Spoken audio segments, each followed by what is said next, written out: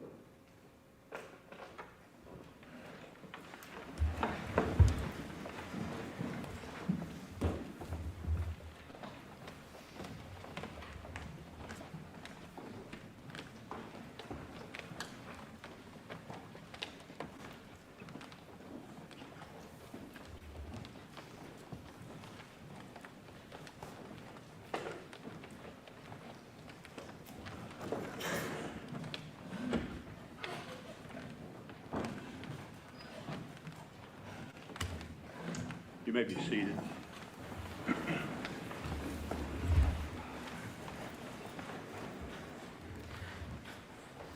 Good morning, ladies and gentlemen of the jury. It's good to see you all here as we begin another day of trial in this case.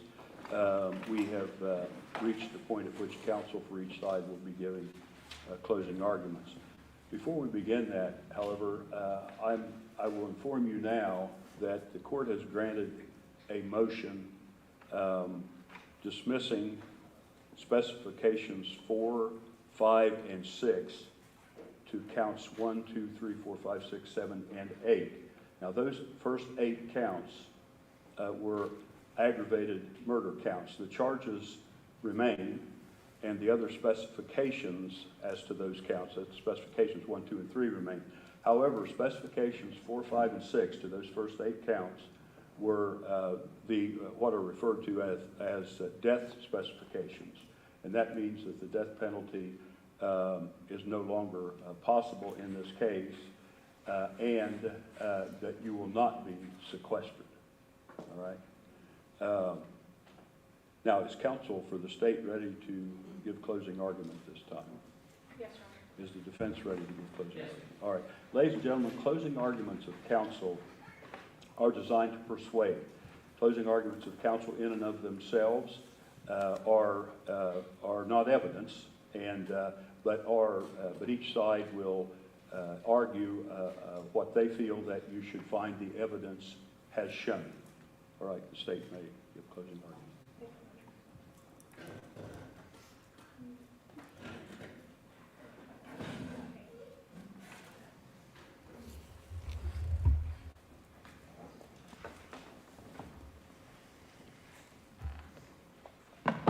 Good morning. I feel like it's been forever since we last saw each other. Okay. Just want to, first of all, start by thanking each and every one of you. You guys have probably served, at least as far as I know, the longest of any criminal jury anyhow. And what's in addition to that is each of you have paid strict attention every time you've been in the courtroom. And I know we've tried your patience with all the stops and starts, especially the stops, and there was a lot of dead days and dead time, and we apologize for that. As the court said, a lot of times there's things that we need to take care of that doesn't involve the jury, and so that's how we end up handling that. So we started this back in July when we were in that sweaty gymnasium without any air conditioning, and here we are, shivering when we walk outside. So, and I also want to, just apologize for the enormous amount of evidence in this case, right? Obviously, when you have 8 victims instead of just 1 victim, you have 8 autopsies and all that follows there. And if you have 4 crime scenes instead of 1, then you have all of that. And I kind of talked about that in opening statement, but I think you now have a better appreciation for exactly how immense the evidence is this. Now is the time for you guys to do the work, right? You're going to be hearing closing arguments this morning and probably into this afternoon. Probably tomorrow the court will give you the instructions of law that you will use to apply to the facts. As the court said, nothing that I say, nothing that the attorneys for Mr. Wagner say are evidence. And specifically, if I say something that does not match or meet your recollection of what the evidence was in this case, the court will tell you to rely on your collective memories, okay? So I'm not purposely trying to misstate anything. In fact, I try to purposely state it as correctly as I can. But again, if I say something that you're like, oh, that's not how I remember it, again, the court will be instructing you that you have to rely on your collective memories, okay?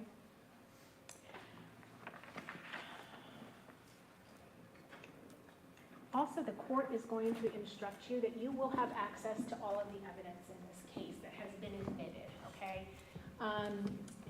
Things like these items that Ms. Elliott from BCI testified to as far as the shoe evidence, the shoes themselves, this big item that she prepared with the overlay, the concrete buckets and all the contents of that.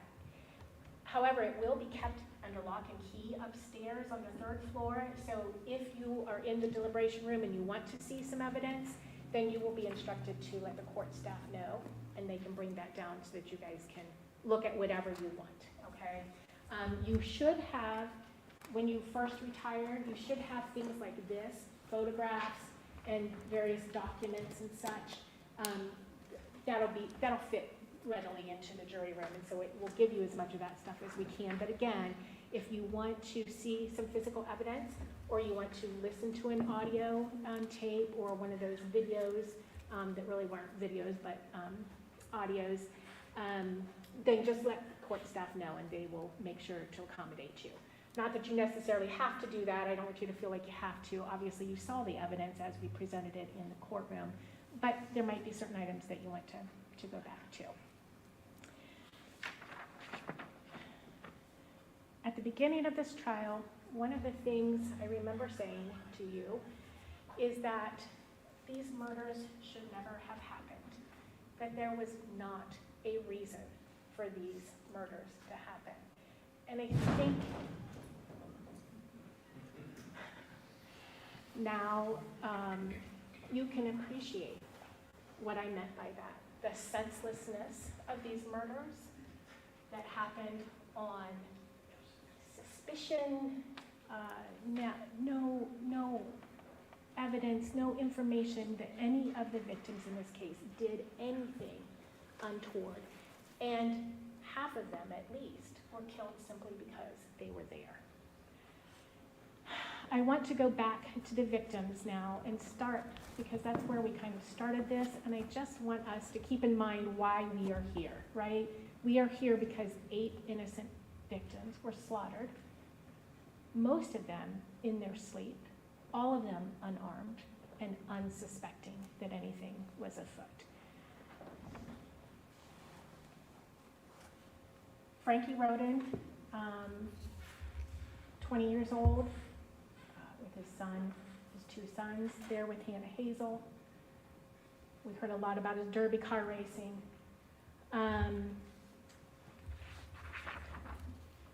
You know, he loved his children, he loved his derby car racing, he loved his fiance.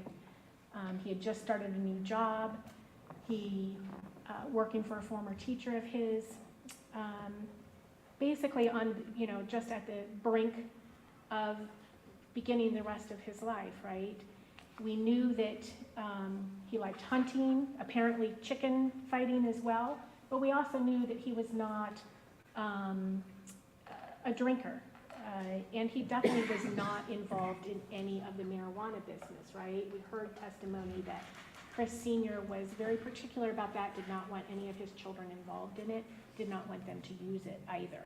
And we know that he didn't, right? We know that none of them did, because we have autopsy toxicologies that show that. Frankie's crime, for which he got the death penalty, was allegedly kissing his niece on the lips. That's the only thing that anybody said about him.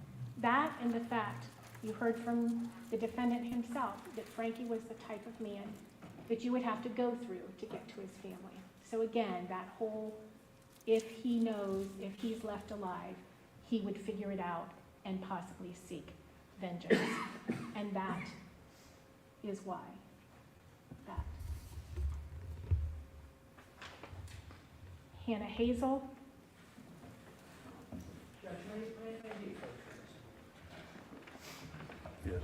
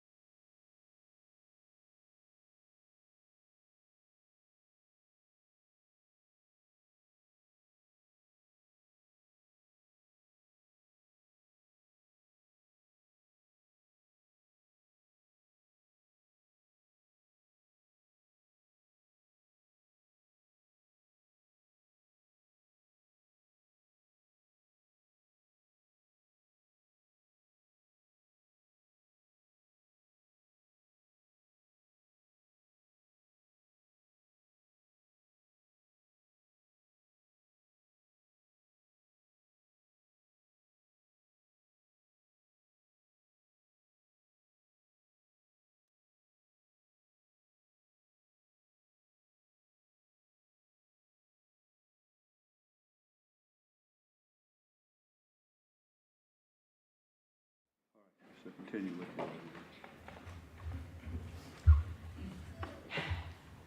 Okay. Hannah Hazel, Gilly, very proud of her son, her 6-month-old son. She and Frankie and Ruger shared a home together. They had just taken that home over from Dana and Chris, little Chris and Hannah Mae. She also had a very good relationship with Chelsea, who was the mother of Brentley. We talked about how her last call was to her sister Miranda earlier that night, and she was there when Frankie took the last picture he ever would take of his 2 sons laying next to each other. She was all of 20 years old as well at the very beginning of her life, and especially her life as a mother. Her crime, you heard testimony that her crime was solely being there, nothing else. If she had not been there, she would still be alive today. I don't know how to do this, so.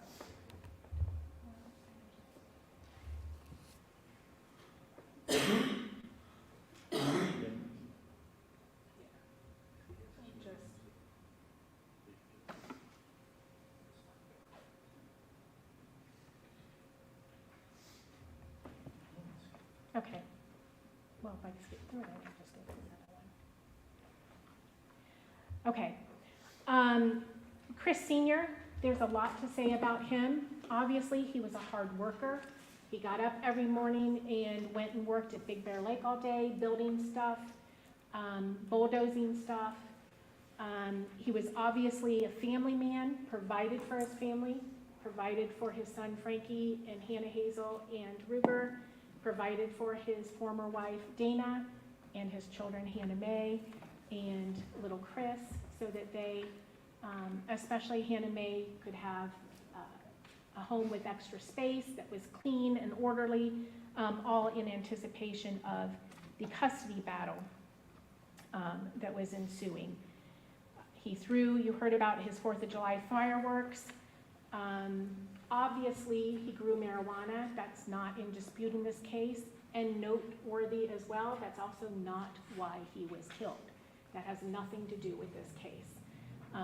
As I noted in the beginning, it caused some distraction for the investigation initially because of, trying to see if there was any ties with the marijuana.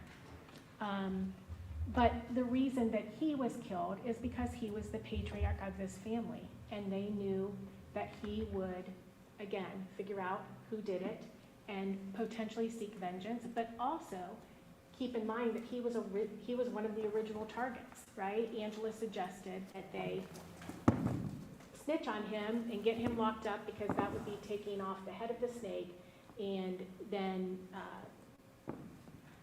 Hannah Mae would not have the support that she needed to withstand a custody battle.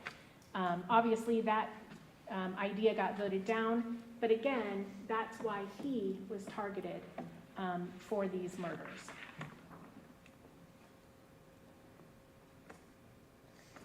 Gary is the only one that had any drugs in his system. We know that he abused cocaine sometimes. We know that he was from Kentucky, and he would come and stay with his cousin, Chris.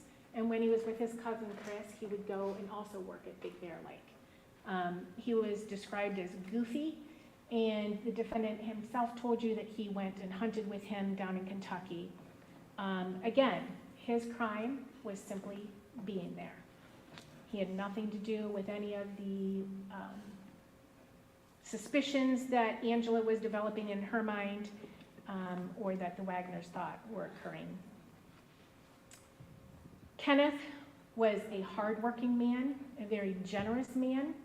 You heard that he would get up at 4:30 in the morning and drive over to his brother Chris's house, where he would shower and then drive up to Columbus, Ohio and work every day, a full day. Would come home and usually get dinner at Giovanni's and then go back to his home. You heard from his daughter Kendra and his son Luke. And Kendra told you that she had talked to him earlier that day, and they both told you that he was very present in their lives and very supportive of them, provided for them. and in pursuing their careers, schooling for both of them. You also heard from Donald Stone. I think that was a very long time ago, but I think his testimony was a little hard to forget. He talked about how generous Kenneth was and that he would give him, family and non-family alike, anything they needed, anytime they had need. Again, we know why he was killed, and the defendant also told you that. He was a very strong guy. The defendant said he considers his own self very stout, but that Kenneth was much stronger than he was. And they knew, again, the closeness that he had to his brother Chris, and that he would figure out what happened. And therefore, that is why they decided that he also had to be killed.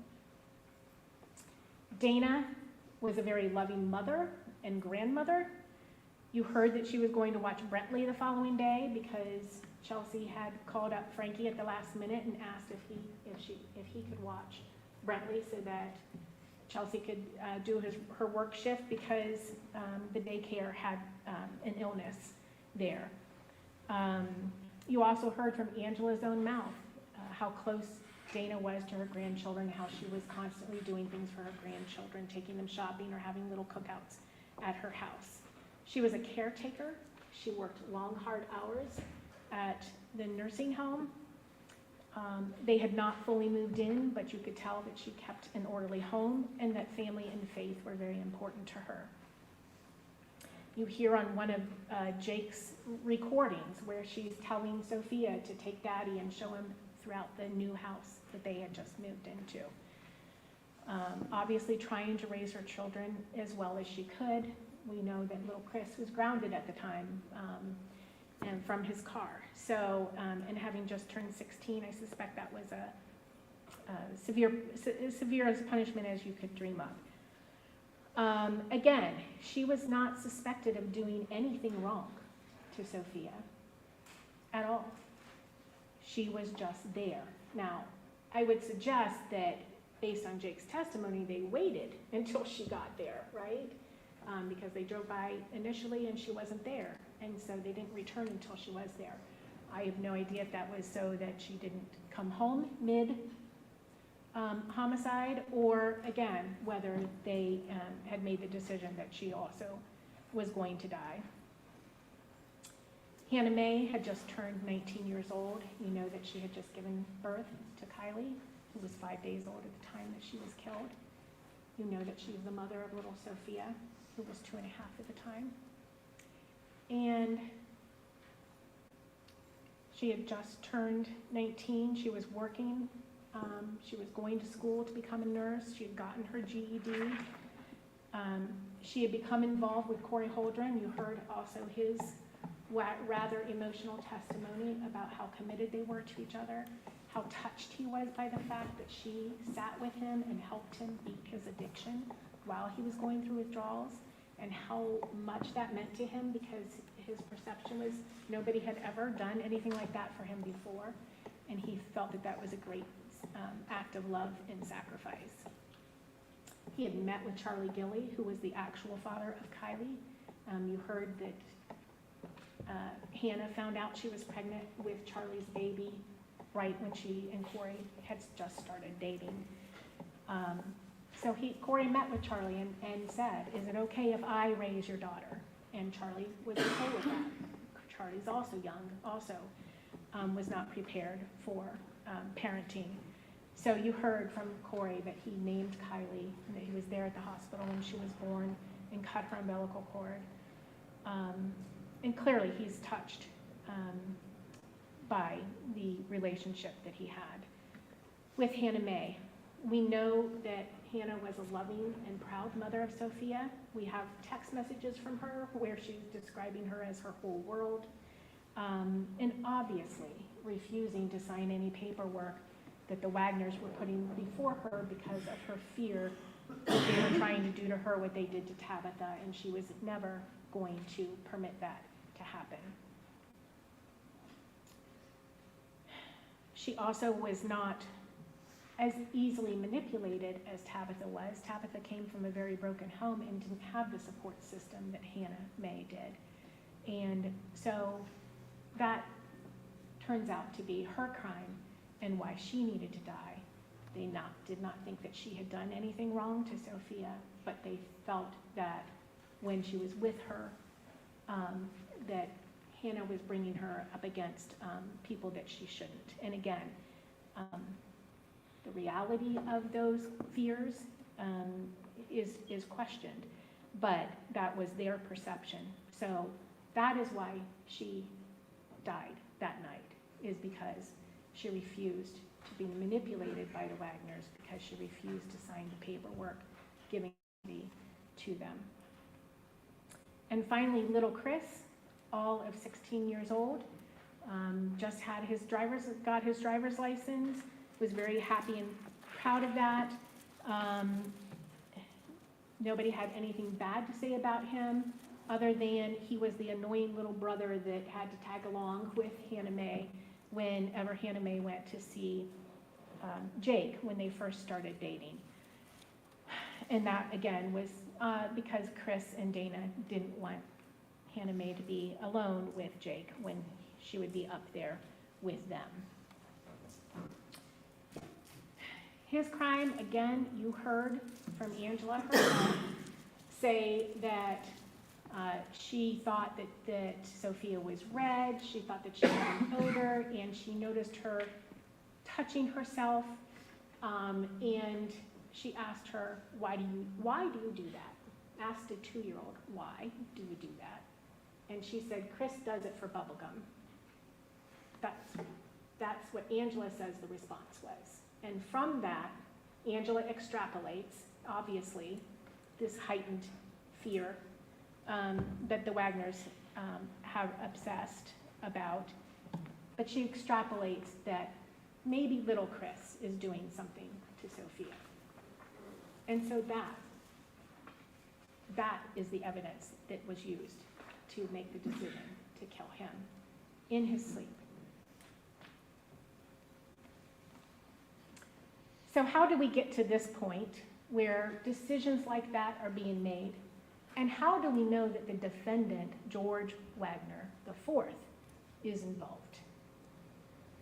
Well, again, at the beginning of this case, before you heard any evidence about the homicides, I tried to convey to you as best I could, talking to you about the women in the Wagners' lives. And you must have been wondering then, and maybe still a little bit now, what that has to do with the murders in this case, right? It was almost, let's say, soap opera-ish, but it's like, what does the fact that George used to date Tabitha and Jake was with this girl named Beth Ann and all that stuff have to do with it?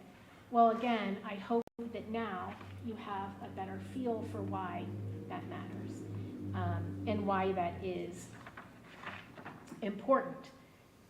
These issues with the women and children in their lives should never have led to such a drastic result, but it did.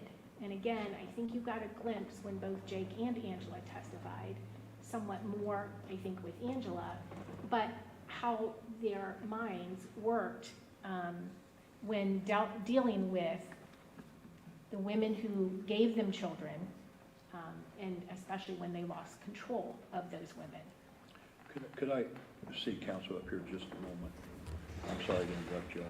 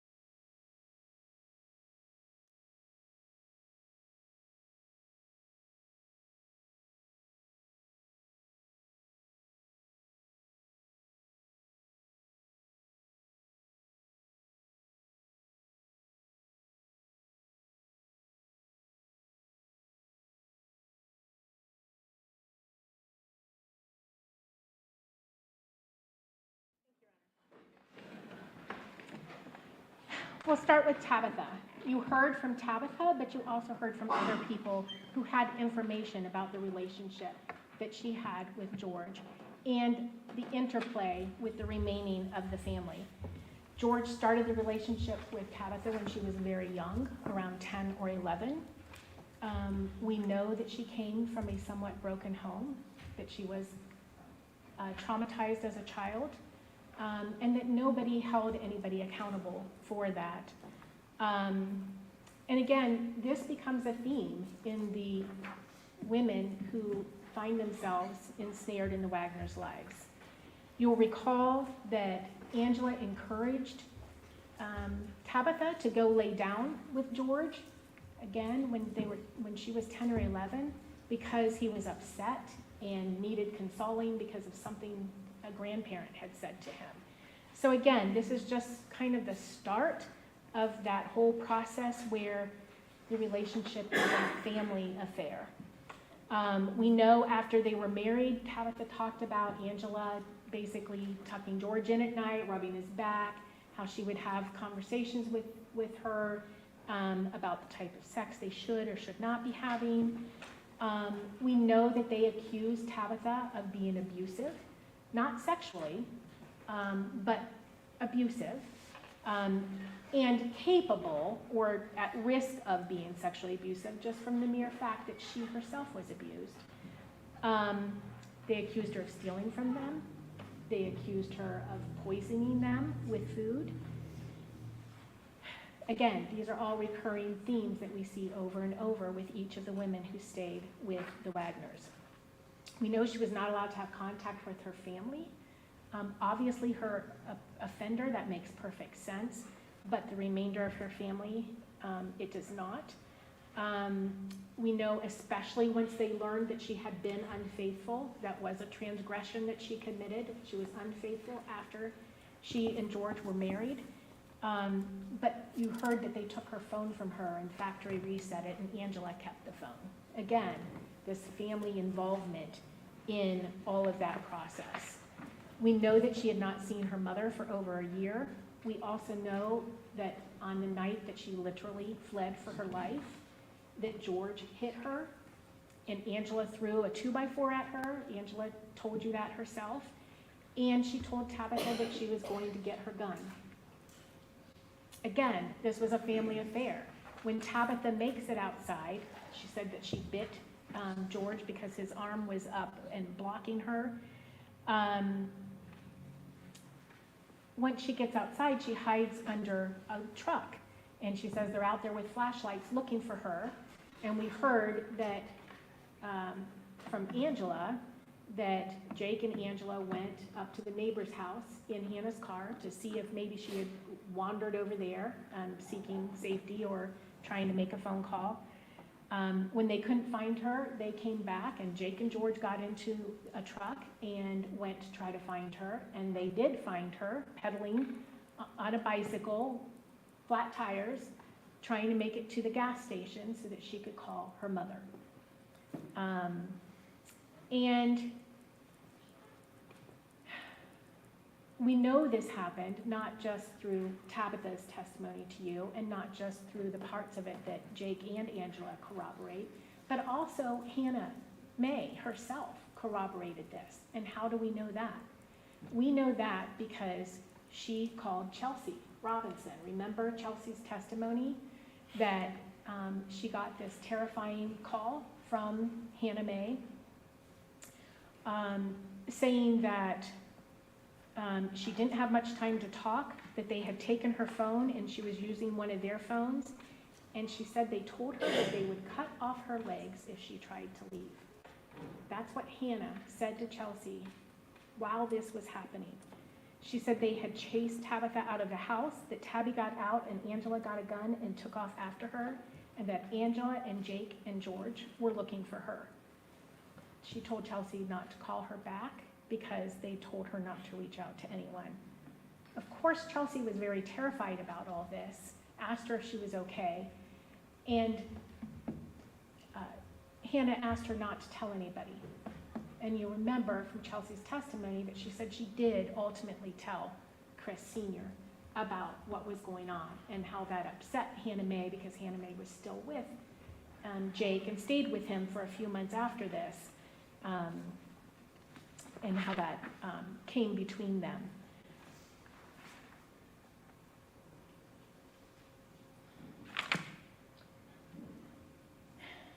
At some point, I expect, and I think we kind of heard this from the questioning, the concept that, well, they didn't kill Tabitha, right? They went about getting custody the right way. They went to the courts. But again, let's review that. First of all, Hannah also, you will see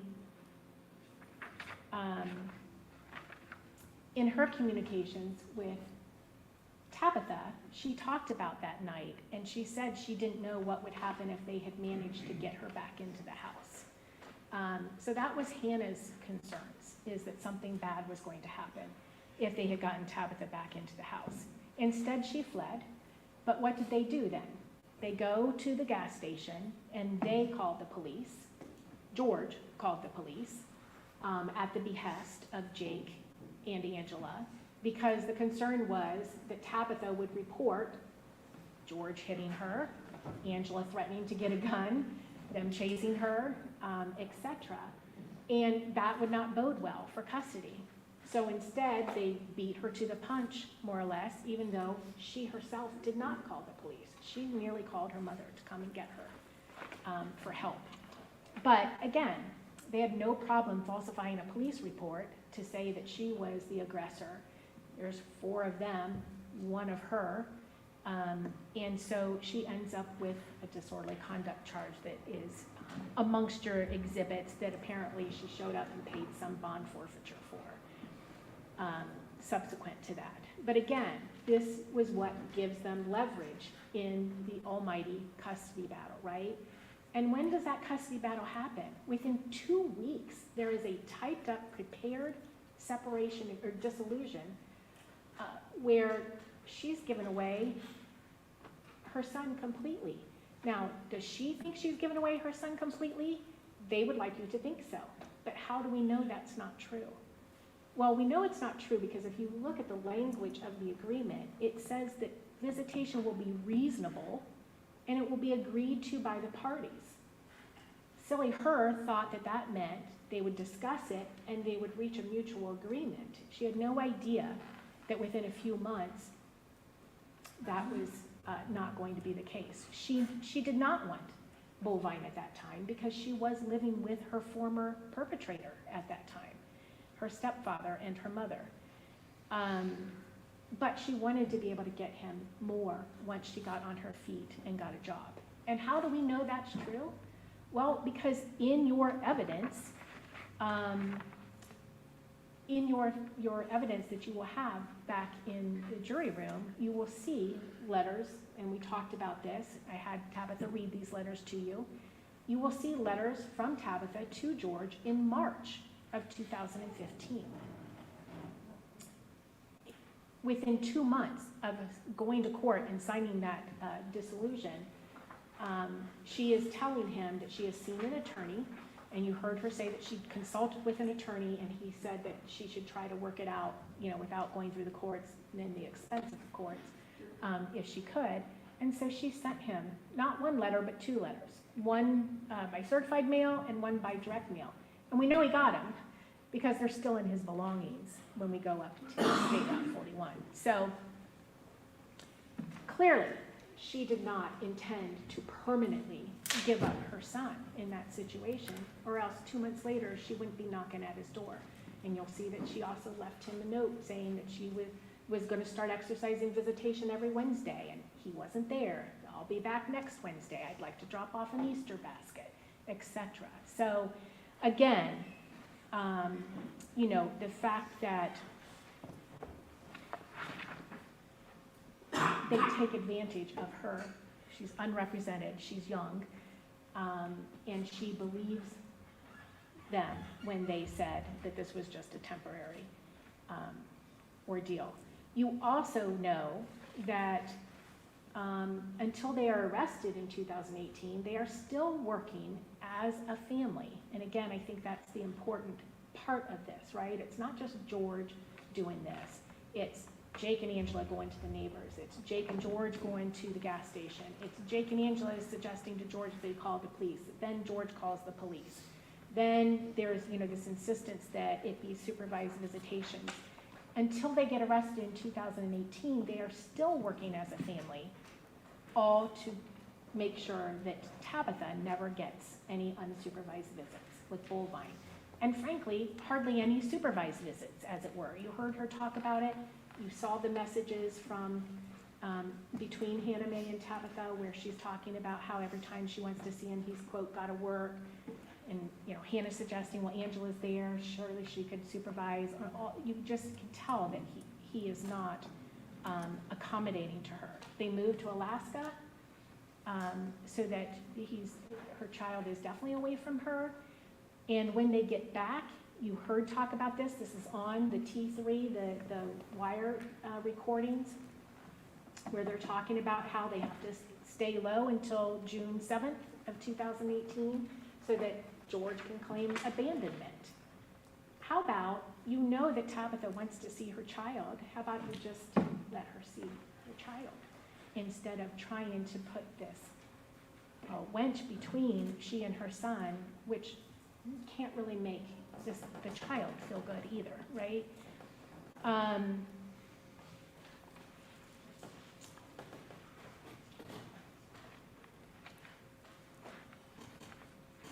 And we know that Jake was having Hannah get information on Tabitha. So again, this whole family effort. We know that initially George was monitoring Tabitha's Facebook. He wants you to believe that was after they split up. She gave him her password, even though she told you she's never given her password. And that doesn't even make sense. Why after you leave would you, the night that you flee for your life and you never ever go back, why would you then hand out a password? Regardless, you heard from both Jake and Angela that first George was monitoring the Facebook, and then Jake and Angela also would participate, mainly Angela, but that as she was getting information, she was sharing it with all of them, with Jake and with George. We also know that there were screenshots of all these things. First, when we're at State Route 41, we have paper print-offs of lots of pages, Facebook pages, of Tabitha and her mother, Tess, and her sister. Then when we get the laptop from Montana, we see thousands of screenshots, again, from that. So this was a thing that was ongoing daily. And again, it makes no sense. George wants you to believe that, I just monitor it for a little while. And then I told my mom, stop doing that. Really? Because she's monitoring to make sure that Tabitha's not going to wage a custody battle to see if she's talking about hiring an attorney or whatever. And also trying to get dirt on her to use if there is a custody battle. So again, we'll talk about that a little bit later when we're talking about the reasonableness of what certain witnesses say versus the defendant. But just ask yourself, which is more reasonable in that case? Do you believe that he was just monitoring for her faithfulness, or do you believe that Jake and Angela and George were monitoring the Facebook all to combat any potential custody battles? Angela also freely admitted to you that, and quite honestly, Tabitha didn't know. When she testified for you, she thought, she had a hunch that Angela was the one, or George or Jake, had called the State Highway Patrol on her because she got stopped on her way back to her home after visiting with Bullvine at their house. And she just found it ironic that some, state trooper would just pull her over randomly and say that they got an anonymous call that she had drugs in her car. Again,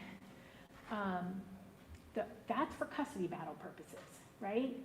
So again, another false report through law enforcement in order to thwart any custody attempts. Now, Angela denies doing anything to the infant child of Tabitha. Maybe it was somebody else in the house, I don't know. But again, it seems ironic that after she visits there, then her child becomes very ill and has substance in her body. At that time, she was still monitoring Tabitha's account, and there was conversations that Tabitha was having saying that just because she was not faithful, she was told by her attorney, is not a reason to show that she's unfit, that there has to be something more. And so this became something more, right? The State Highway Patrol, and potentially, her own child. Again, if they are willing to kill 8 people, then I don't think it's that far-fetched.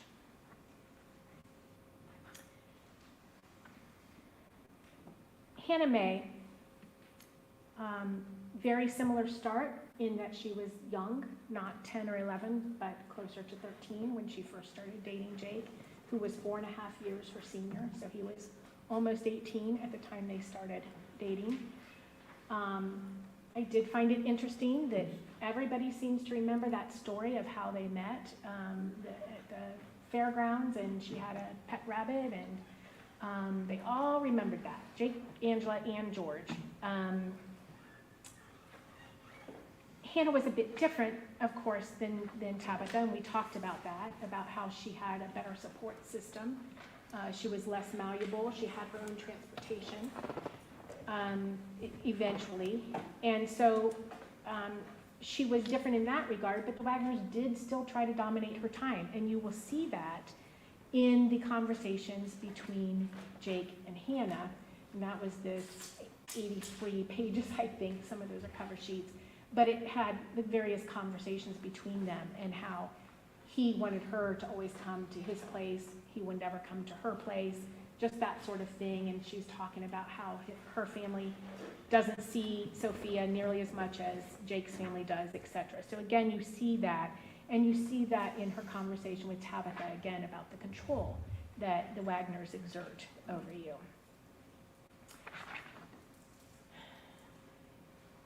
Ultimately, Jake chokes Hannah, and she calls her father to come pick her up, which he does, and that ends their relationship. I would point out, again, that I find it interesting that George said during his testimony that he wasn't home when this happened. He didn't know why it happened. He had no idea, because he's trying to convince us, of course, that he was oblivious to any problems between Jake and Hannah, right? And why is that important? Because the problems between Jake and Hannah are why they killed Hannah and her whole family.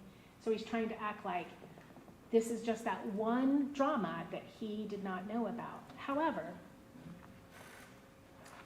I probably don't have my glasses, but I'll try my best. Hannah says to Tabby in May of 2015, yeah, when Jake choked me, George brought up the fact that I got raped and nothing was done about it. But I never told anyone because the person who done it to me told me he would go away for a long time. If I could change time, I would. But now everybody knows it happened. So again, this family affair, right? Jake is choking Hannah, and George is there talking about the fact that Hannah was raped and nobody did anything about it, which again, as we know, is a big red flag for the Wagners. If you were molested and you didn't do anything about it, then you are a danger to Sophia and Bovine. And that's just the way they think.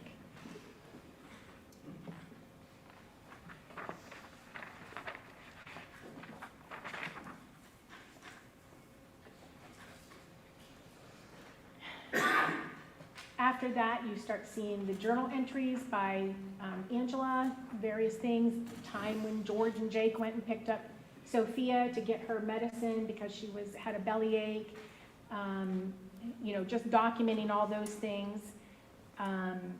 You see that Jake tries to get Hannah to sign his 50-50 papers, but Hannah won't sign anything. And not only does she say to Tabitha's mother that she won't sign papers ever, she says that to Jake too, to the point that the attorney tells him that he does not stand a chance of getting full custody of his daughter in Ohio because they were never married and Hannah's not an unfit mother. So armed with that, and again, due to the monitoring of Facebook that they were doing as a family of Tabitha and Tess, her mother, that's when they see the message from Hannah Mae when she says, "I won't sign papers ever, it won't happen. They'll have to kill me first." Angela and Jake both say that this message was shared and talked about amongst the three of them. And then that's when the plotting begins. We know that in January, that was December of 2015, we know that in January of 2016, they had made the decision that they were going to kill them.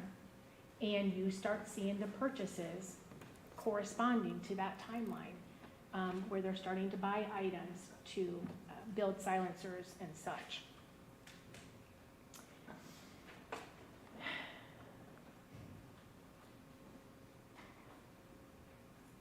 We also know that Jake had Samantha Staley spying on Hannah because she lived close to Corey Holdren, and so he was having her, and you saw those text messages and you heard from Samantha, and that she stopped doing it when Angela called. Again, this family affair.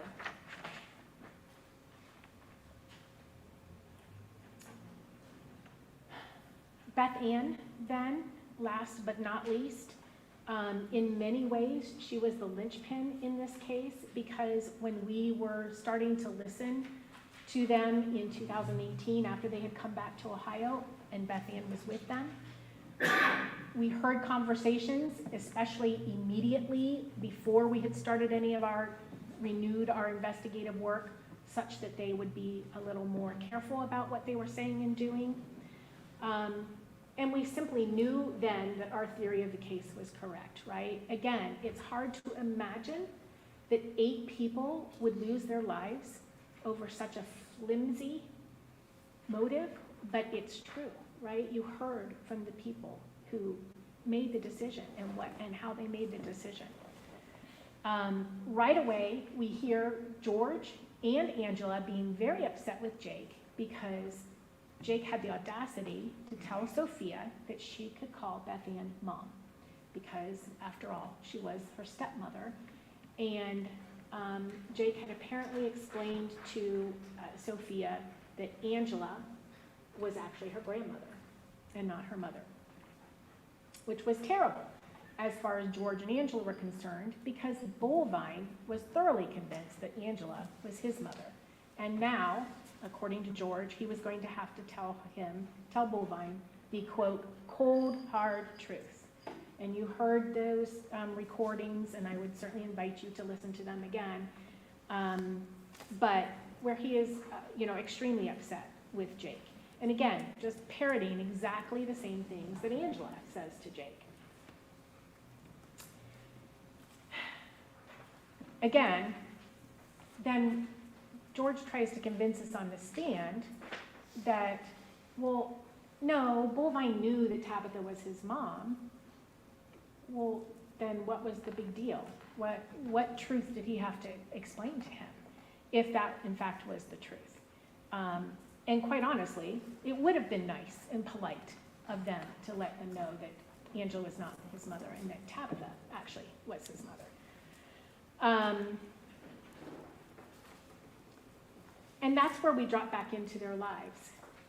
Then we also hear conversations between George and Angela talking about Beth Ann and all the conspiracy theories that they had as to her. And then we hear, again, conversations between Jake and George, and this is in the truck when they're driving together, and George is just going off. And in fact, State's Exhibit 23, why do I have XX, EE? I'll give you the number later. But it is call number 502, and this was the lengthier call, but it is the call where George is absolutely losing his mind with Jake and telling him that Beth Ann has to get out of the house, that he does not trust her, that he does not feel safe having Bullvine in the same house as her, that he does not feel that Sophia is safe, that Jake is falling down on the job. He's not putting Sophia first. He's not making her a priority. Goodness sakes, you know, when he gets home from a week of driving, Beth Ann knocks Sophia over just to get to him before Sophia does. And tells him that she's leaving the door unlocked, or not leaving the door unlocked, rather. The door's locked, and allegedly Beth Ann is getting up in the middle of the night and unlocking the front door just to put them all at risk. And he's worried that she's going to kidnap the kids and take them to a cult in Texas, that she's going to molest them. She says that, or he says that they can move out, but if they move out, they have to leave Sophia with George and Angela, because Jake is not going to protect Sophia. George will. And I think this is an extremely telling conversation. Again, this was one of those early ones. And he's, you know, speaking freely, if you will. And it demonstrates everything that, if only we had recordings back in 2016 when they were leading up to commit these offenses. Because I would strongly invite you to listen to that recording again and ask yourselves if that is the voice or the demeanor or the attitude or the approach of somebody who would ever sit one out, who would ever not be involved if Angela was saying the same things then about Hannah and little Chris and Frankie and all the other people that were in the mix then whenever Sophia went to the Rodens. If Angela was saying the same things then, you know that George was hearing it and parroting it back and feeling just as strongly. You heard Angela talk about how she had a conversation with just Jake and George in the kitchen, which is where I think everything in their family happens, and asked them if they were sure about what they were doing, meaning the homicides. And she said none of them wanted to do it. They were all, quote, reluctant, but they knew they had no other choice. They had to do this to protect Sophia.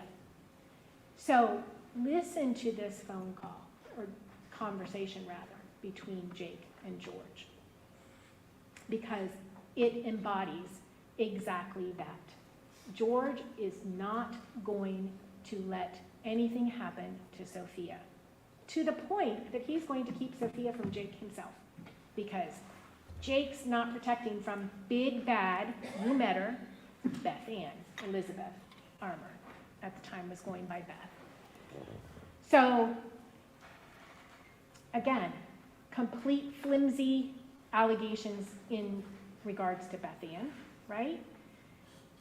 Similar flimsy allegations in regard to the Rodens. But they whipped themselves into a frenzy. And if anything, you can tell in this phone call or conversation that it's George and Angela that are leading the charge. It's not Jake and Angela. It is George and Angela. And Jake tries to convince him that he's lost his mind, that George and Angela are paranoid, and that they're going on a bunch of what ifs and whatnots, I think is what he called it, and just keep spinning themselves into a tizzy, which is exactly what was happening. But it was happening with both Angela and George. And again, like I said, if you listen to that, I think it captures the essence. Then what do we know about what they do with her? Well, they accuse her of being sexually abusive, right? Although Sophia recanted and said that she just said it because she doesn't like her or something, or Jake, never believed it. Jake never believed it. Of course, George and Angela did. They accused her of stealing money. You'll see in, I think it's the YY exhibits, Angela is keeping a journal, and she talks about this poisoning. Again, food type poisoning. So accuse her of being abusive, accuse her of stealing, accuse her of food poisoning, not allowed to have contact with her family. Sound familiar? Not allowed to tell them where she lives. Again, reminiscent of Tabitha, where they created a fake Facebook, which you will have in your exhibits as well. And you'll see on the fake Facebook, it says, you know, coming back from Michigan, working at the Holiday Inn or whatever. That's not exactly, I think it might have been a Super 8 motel. But just spinning this completely fake information so that anybody that was looking for her would be kind of thrown off the track. Same thing with Beth Ann. She was not allowed to tell her family where she lived.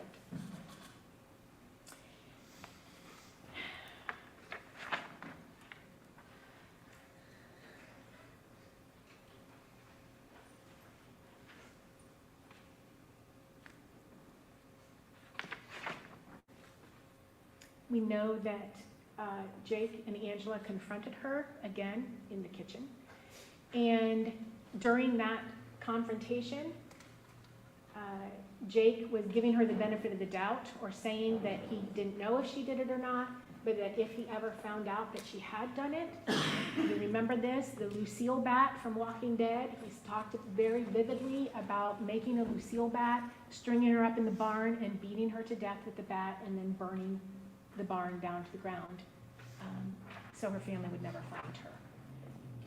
You know that she called what used to be her friend that she had lived with in Alaska, who was former law enforcement, and he talked to Jake and then got her back on the phone and said, oh, he didn't mean it, you know, minimized it, right? But at that moment, she knew that she needed to get out of there. She knew because she told you the things they were accusing her of, they had said Tabitha did. And she knew what they thought about Tabitha. So she knew she needed to get, well, the getting was good, right? And she talked to you about how basically it was this dance where George was pressuring and Angela was pressuring Jake to get Beth out. And Jake was slowly caving to that idea. And simultaneously, Beth Ann's trying to convince them to come up with this plan where, oh, you know, maybe you can tell them I'm a risk because of BCI, so I'll go to college, whatever. They're both trying to get out. And she does ultimately get out. Before she gets out, though, she writes in her journal. And again, that journal that, by the way, George texts to Angela. So again, the idea that he ever is not in the middle of the fray is preposterous. This is going on. The journal is found. George has it on his phone. He texts it to Angela. And in that is an incredibly, again, astute observations by Beth Ann. She was a very quick study. In less than 3 months of living with them, she had reached, you know, had all the information she needed and made her exit. But she talks about the controlling nature of Angela and this family. So I would invite you also to look at that.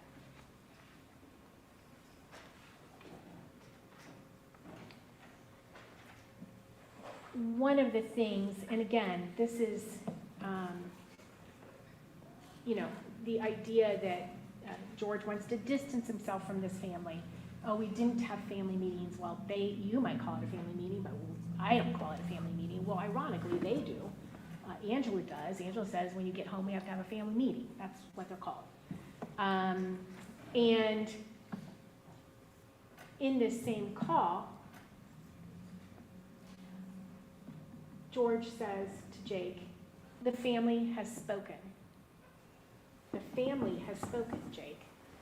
Not me, I'm telling you.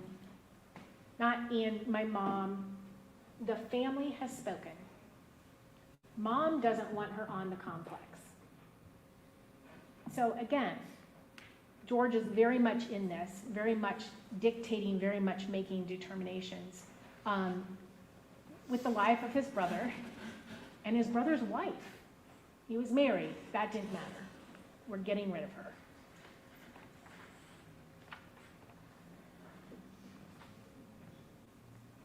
So again, just kind of to encapsulate basically, why I find myself talking to you about the women in the Wagner's lives and the children and all the back and forth battles and crazy suspicions that they had and what they did when they were faced with those suspicions. Each one of these women, Tabitha, Hannah, and Beth Ann, had been abused as children, and nothing had been done about it, which again is a big red flag for the Wagners. They tried to control them as much as they could. For Beth Ann, the very first night of their honeymoon, they consummate the marriage, and then it's, give me your password, give me your social security, give me your bank account, give me everything. Give me all the keys to your life. Sync the phone with them, was GPS tracking her, all those things. At some point, called a private investigator to potentially spy on her or get information on her. Angela talking about sex with them. Why is that important?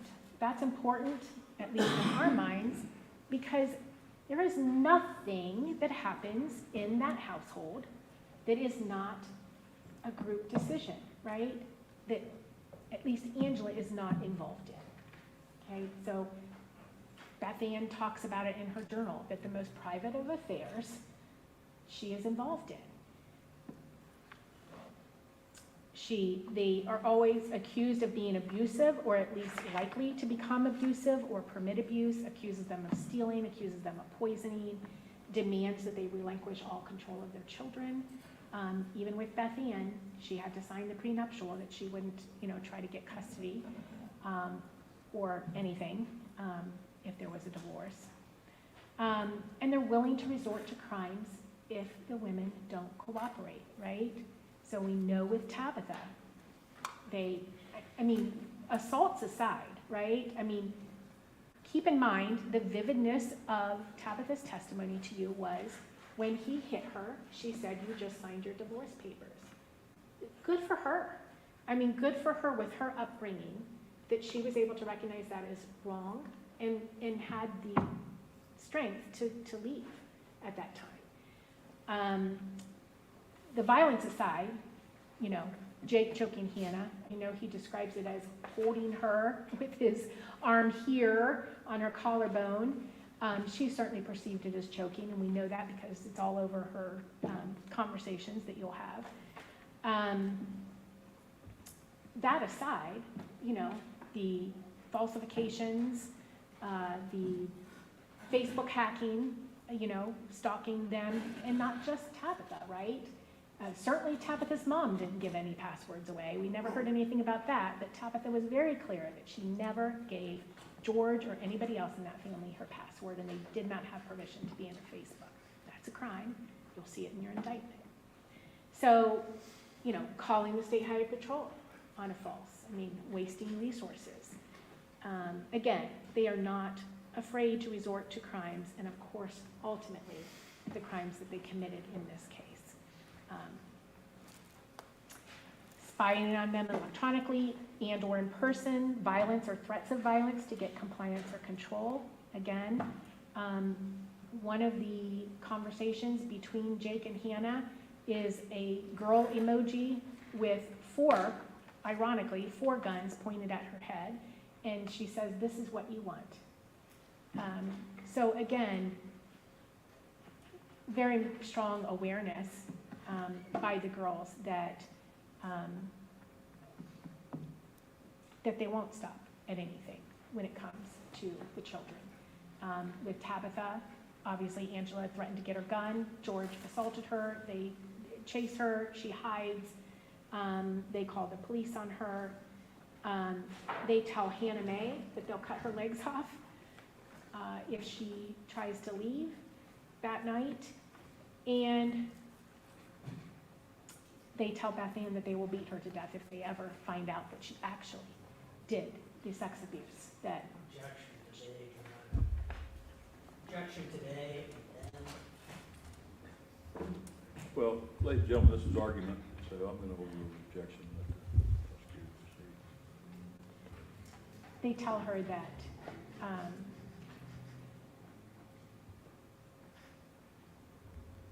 they will beat her to death. And, you know, she denies, of course, ever sexually abusing anybody, in particular Sophia. And she talked about how hard that was because how could she disprove that? And again, the whole family affair, the fact that they are all involved in each other's business, that this very much is a Jake, George, and Angela at 260 Peterson Road. You know that Billy was off living at the Flying W. We know from the tower dump that Ms. Forney gave us that on the night of the homicides was the first night that Billy ever spent the night there. So it is, by and large, Jake, George, and Angela at 260 Peterson working together and making these decisions. You know, using different addresses. They had Beth Ann use a different address so that Tabitha wouldn't find out where they lived. They each used the Oak Hill address of Rita. That would be the farm that Rita had to sell to pay for her attorney fees in this case. And so they used that, even though they never stepped foot in there, they never lived there for one day or 1 hour. They knew they were going to 52 Havner Lane because that was Angela's now deceased father's home that she was inheriting. And they purposely did it to hide their whereabouts from Tabitha until June 7th. You've got that on one of your recordings where they're talking about, oh boy, Angela's upset because Beth Ann is going into town. She's going to work at some place, can't remember now the location, but some of Tabitha's family apparently works in that same general area, and the fear is that they'll find out. And it's talked about there, the June 7th date. So that is a recording available for you as well. We know that Jake was making recordings of his interactions with Hannah, and we know that George is there on 2 of those occasions. And one of those occasions, again, he says that he didn't know that Jake was making a recording, but you can listen to it and make that determination for yourself, because it sounds an awful lot like he's making that comment so that it's captured on the recording, because when Sophia gets into the car, he confronts his little niece and says, why are you so filthy? Don't they know how to give you a bath? Again, why on earth you would say that to a 2.5-year-old child, unless you were doing what these recordings were meant to capture, which is negative. Reviews regarding Hannah and her parenting. He also is in the background on one of those, and you can hear him saying, hurry up, get out of here before Chris and them come up here, and then very urgently trying to get him, Jake, to not drive past Chris's house. George couldn't explain that to you. I can't explain it either. But again, very much involved, very present, very much aware of what's going on between Hannah and Jake, because he's with him all the time. He works with him all the time. Again, he wants to put that distance between them, but that distance does not exist. They live together. At the border, he says he and his brother run the house at Peterson Road, that they take turns making decisions. Objection.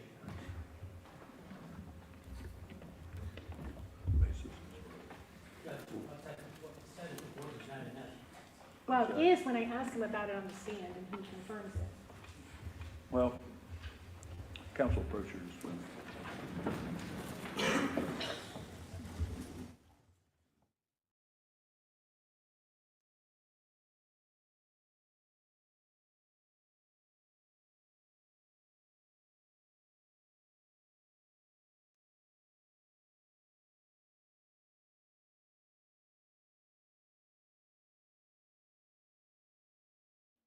overrule the objection. As I indicated before, the arguments of each attorney are not evidence. You must rely on your collective memories to what the evidence is. I'm going to permit each attorney to argue what they feel, within bounds of reasonableness, what they feel that you should find that the evidence is. But you'll have to rely on your collective memories as to what the evidence is. Let me also say that the order of which we do things is a matter of long-standing. The prosecutor goes first in these arguments. The defense counsel will have an equal opportunity to present argument after the state, and then the state has an opportunity to present rebuttal argument. So you may proceed with your argument. Thank you, Your Honor. You may recall that when the defendant was on the stand, I asked him about that because he was saying how controlling his mother was. And I confronted him with the fact that that's not what he said at the border. That at the border, he rebuked that idea that his mother was controlling in response to the agent saying, oh, your mother is so controlling, she probably masterminded this whole homicide, etc. To which he very quickly came to her defense and said she wasn't controlling, that he and his brother owned that home. She lived with them because she had medical conditions and babysits for the kids, and that he and his brother Jake were in the house. This is what he said at the border, okay? That was before he came to you and sat here and needed to say something different because he no longer wants to be in cahoots with his brother, right? He no longer wants that relationship with his brother because if he has that relationship, he knows that you'll know that they were all involved in this together. Okay. Again, asking other people to spy on them.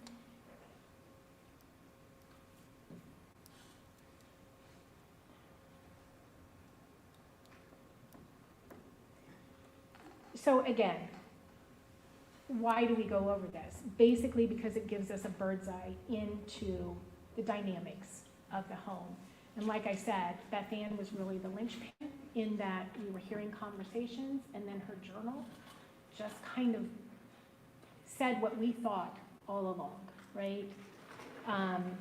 They're all together when it comes to the safety and welfare of Sophia and Bovine, and they will do anything to protect them.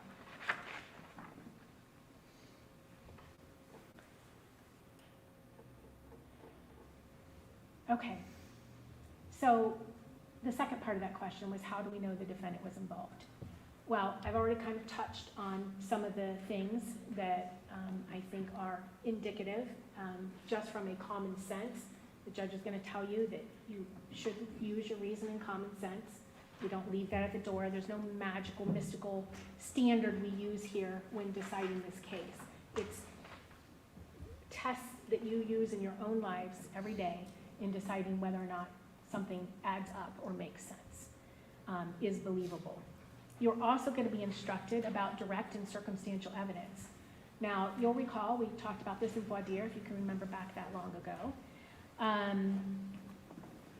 The circumstantial evidence.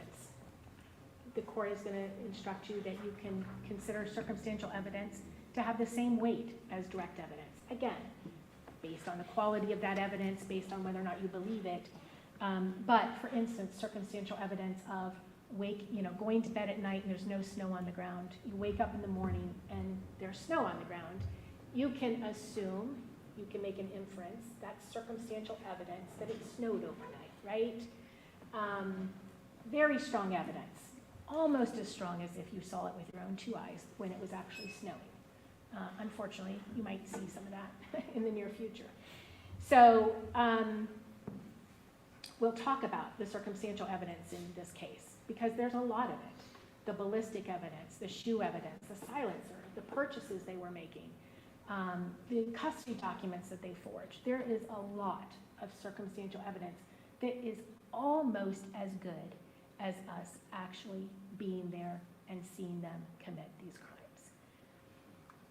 We also have direct evidence that we did not have when we first arrested them in this case. And the direct evidence is testimony of witnesses who were actually there.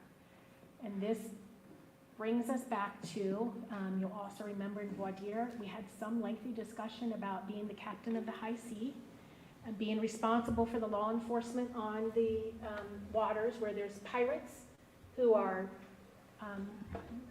taking in perfectly innocent civilians and having them walk the plank and plunge to their death. And the only people that we have to find out what actually happened on that pirate ship are other pirates, right? So we'll talk about that, and we'll talk to you about the instruction that you're going to receive on how to weigh this evidence of Jake and Angela. But you will also be getting an instruction on how to weigh the testimony of any witness, right? You know, things like the opportunity they had to see what they're talking about, the reasonableness of their testimony, their demeanor, their frankness or their lack of frankness, their accuracy of their memory. Again, it's great that they're written down and we fall back on that, but these are things you guys use in your everyday life, right? Does it make sense what they're telling you? You know, someone comes up to you and says, no, it didn't snow last night. Well, I can see that it did, right? You know, so, I mean, the believability of it certainly comes into play there. We also have what the court will refer to as other acts evidence, and other acts evidence can be tricky in that you will be instructed that you cannot use it, they would say, for propensity, okay? So basically, so I committed a bunch of thefts. Just because I committed a bunch of thefts doesn't make me a murderer, right? Nor does it even mean that I committed another theft, a subsequent theft, right? So you can't say, oh, well, just because you are a bad guy or you've committed crimes means you're likely to have done this too, right? But you can use other acts evidence, so the information about all of the crimes that they did commit together as a family, right? We heard about that. Pretty awful, right? Pretty awful way to raise your children. So that you're teaching them how to commit crimes, making games of it, right? And punishing them, right? Giving them $1, I don't remember. I think the $1 was for the cameras. Could be wrong about that. There was another game for spotting police. And if you didn't spot the police or the camera, because I don't remember which one it was, before your dad did, then you lost your four-wheeler. And the other game was you got $1 every time you spotted either the officer or the camera, right? That was at a very young age that that started. And it progressed. And he taught him to pick locks. And he taught him to steal fuel and things they needed. And you heard Jake talk a lot about they would steal stuff that they needed on the farm to keep the farm going, right? Steal loads out of tractor trailers, right? There's discussion, diapers or boots? Which one are we gonna steal? Open it up, see what's in there. Is it worth the risk? Is it worth the effort to steal it? So, and the arsons, right? The arsons for insurance fraud purposes that they committed together.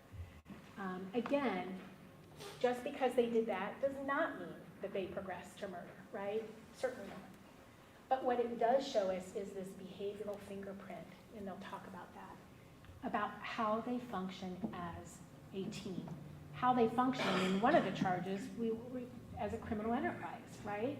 They are out there. I mean, George talked about then after, you know, they would buy cars cheap.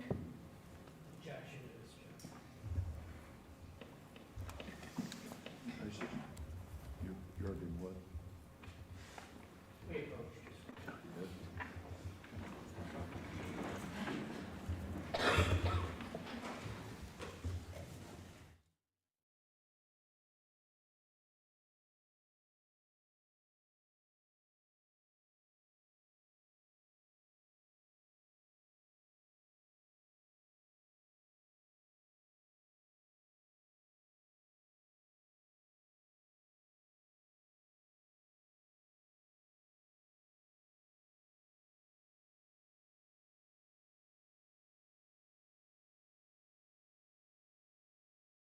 Let the prosecutor argue. The court, ladies and gentlemen, you have the evidence. You'll have to rely on the collective memories concerning the evidence. The court will instruct you as to the law. but you must apply to the evidence as you find it. The argument of counsel for each side is not part of that evidence. The argument of either attorney is not. You may proceed with your evidence. Thank you, Honor. George talked about getting cars that were up on blocks and getting them cheap, and then that person would report them stolen. And I didn't follow the scheme myself, but he was, telling you that he was still out there engaging in those kinds of activities. He talked to you about the first time that he committed a crime like that without the help of his family. He was kind of proud of this moment, right? And this is when he told you that he and Chris came up with the idea to wreck his truck because Chris needed money and he needed money, and they would wreck the truck and they'd both get money, and they were supposed to split the money in half. I think maybe that didn't happen. But he was all proud that this was the first time that he had committed a crime without the help of his family. Never mind that Chris is his uncle and Jake is his brother, but he meant specifically Billy and Angela. So again, the fact that they commit these crimes as a family and similar patterns, right? For the arsons, they know in advance they're going to do it. They come up with the idea, right? Then they prepare for it by moving the belongings out of the home so they don't get burned to a crisp in the fire. And there was a tale from people about the, one picture of Angela's that always survived every fire, So planning and then committing the offense, again, together. Jake says that he and George were inside the house when the turkey went into the fire and set the fire. And Tabitha told you that was her belief as well. George obviously denies that and said that he was out working on his truck and that happened, and that he was against it. And but he knew it was going to happen, so he did participate in getting the stuff out of the house, his stuff and Tabitha's stuff out of the house. And then they cover it up, right? They forge fake receipts to cover things up. So again, that whole working as a unit. Angela talked about being a lookout, right? When he was stealing fuel the one time. And, again, so they're taught to spot surveillance cameras. They're taught to spot law enforcement. Is taught to work as a team. So again, those things you are allowed to consider just for his identity as a part of this criminal enterprise and a part of this conspiracy. And later we'll talk a little bit more about complicity as well.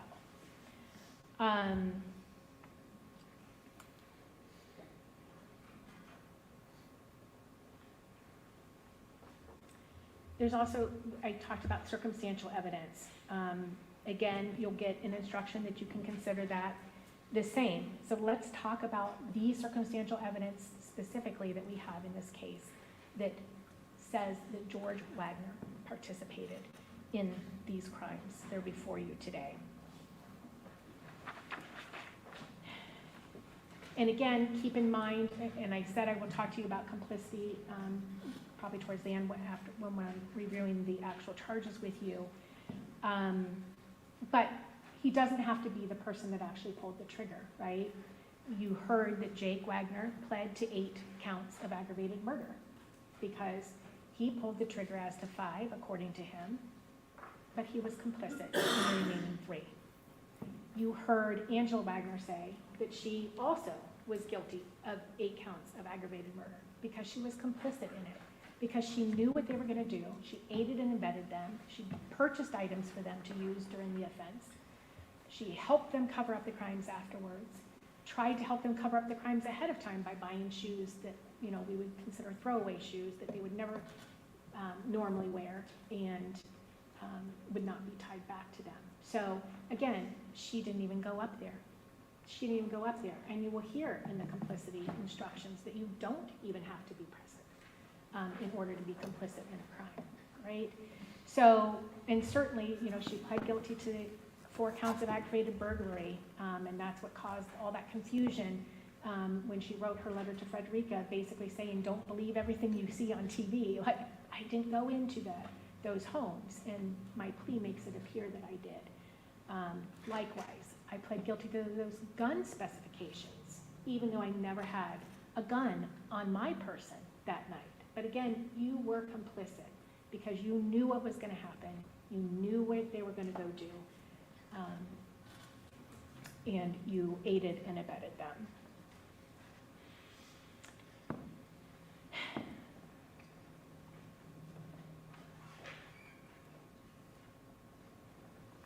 The shoes certainly are a very strong piece of circumstantial evidence. Keep in mind that from I won't say day one, but shortly thereafter, you heard the testimony from Suzanne Elliott, who works for BCI, about the initial findings at the from the crime scene, right? That there were shoe prints left in blood that they knew had to belong to whoever committed these offenses, or at least one or two of the individuals that committed these offenses.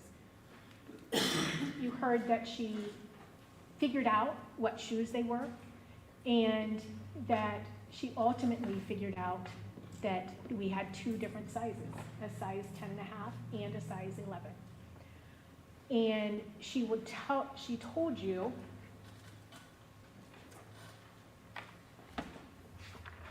make sure I get this right, because these item numbers versus evidence numbers.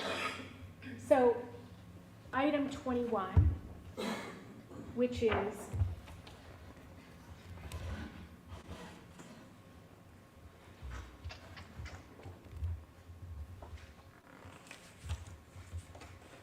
it's these two, 23 and 47. You guys remember this? Those are the size 11s. And then 24 is the 10.5. So you have two of the size 11s in the crime scene, in blood. And you heard from both Suzanne Elliott and Mr. Boziak, who reached the same conclusions across the board. Those were their findings as to scene one. And I think Ms. Elliott actually gave us more detail, mostly because I don't want to belabor anything for you guys. But in that the blood pattern on the shoe was different too, right? So, you know, the size 10.5 had a different pattern of blood on the bottom of the shoe, you know, where the blood stuck because they stepped, you know, different than the size 11. So that was an additional way for them to tell that these were two different left shoes. Thank goodness they bought two different size shoes that day.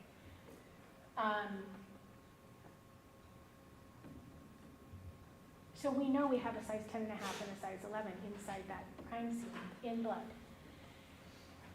And then we go to State Route 41 and we find a receipt for those shoes. And you heard testimony from Special Agent Jenkins. You heard from Ms. Eveslage. Maybe that was the third time you heard from her. But she went back to the command post and looked up that date and time, and sure enough, pulls up Angela Wagner buying those shoes. We had collected the video ahead of time. We told you about that because we knew for sure it was this shoe. So we had video footage of anybody who had purchased those shoes in a 50-mile radius recently, right? Because one of the other things that they were able to tell about this shoe is that it had no wear on it. So it had to be a new shoe because there was no RAC, I think the randomly acquired characteristics that you get, you know, when you step on things. I won't show you the bottom of my shoe. But it didn't have any of those. And it was very pristine shoe prints, which you don't get if the shoe's been worn a while because the things, you know, the parts of the shoe on the sole, the texture that makes the prints gets worn off. So we knew all that. And here we have them buying these shoes on April 7th, 2 weeks prior to the homicides. Angela goes in and buys these shoes. We have the receipt. Special Agent Jenkins goes to a Walmart, pulls up the SKU on that ding, ding, ding, match, exactly the same shoe. Again, a size 10 and a half and a size 11. So we know that they are in there. Now, couple that with Angela's statement at the border, which you got to hear. Is that true? Maybe not. I can't remember now. But she was questioned about her statement there, and she indicated that she had bought the shoes for her boys. Now, she claims... You may proceed. Again, ladies and gentlemen, this is argument of counsel. Defense counsel is given equal opportunity.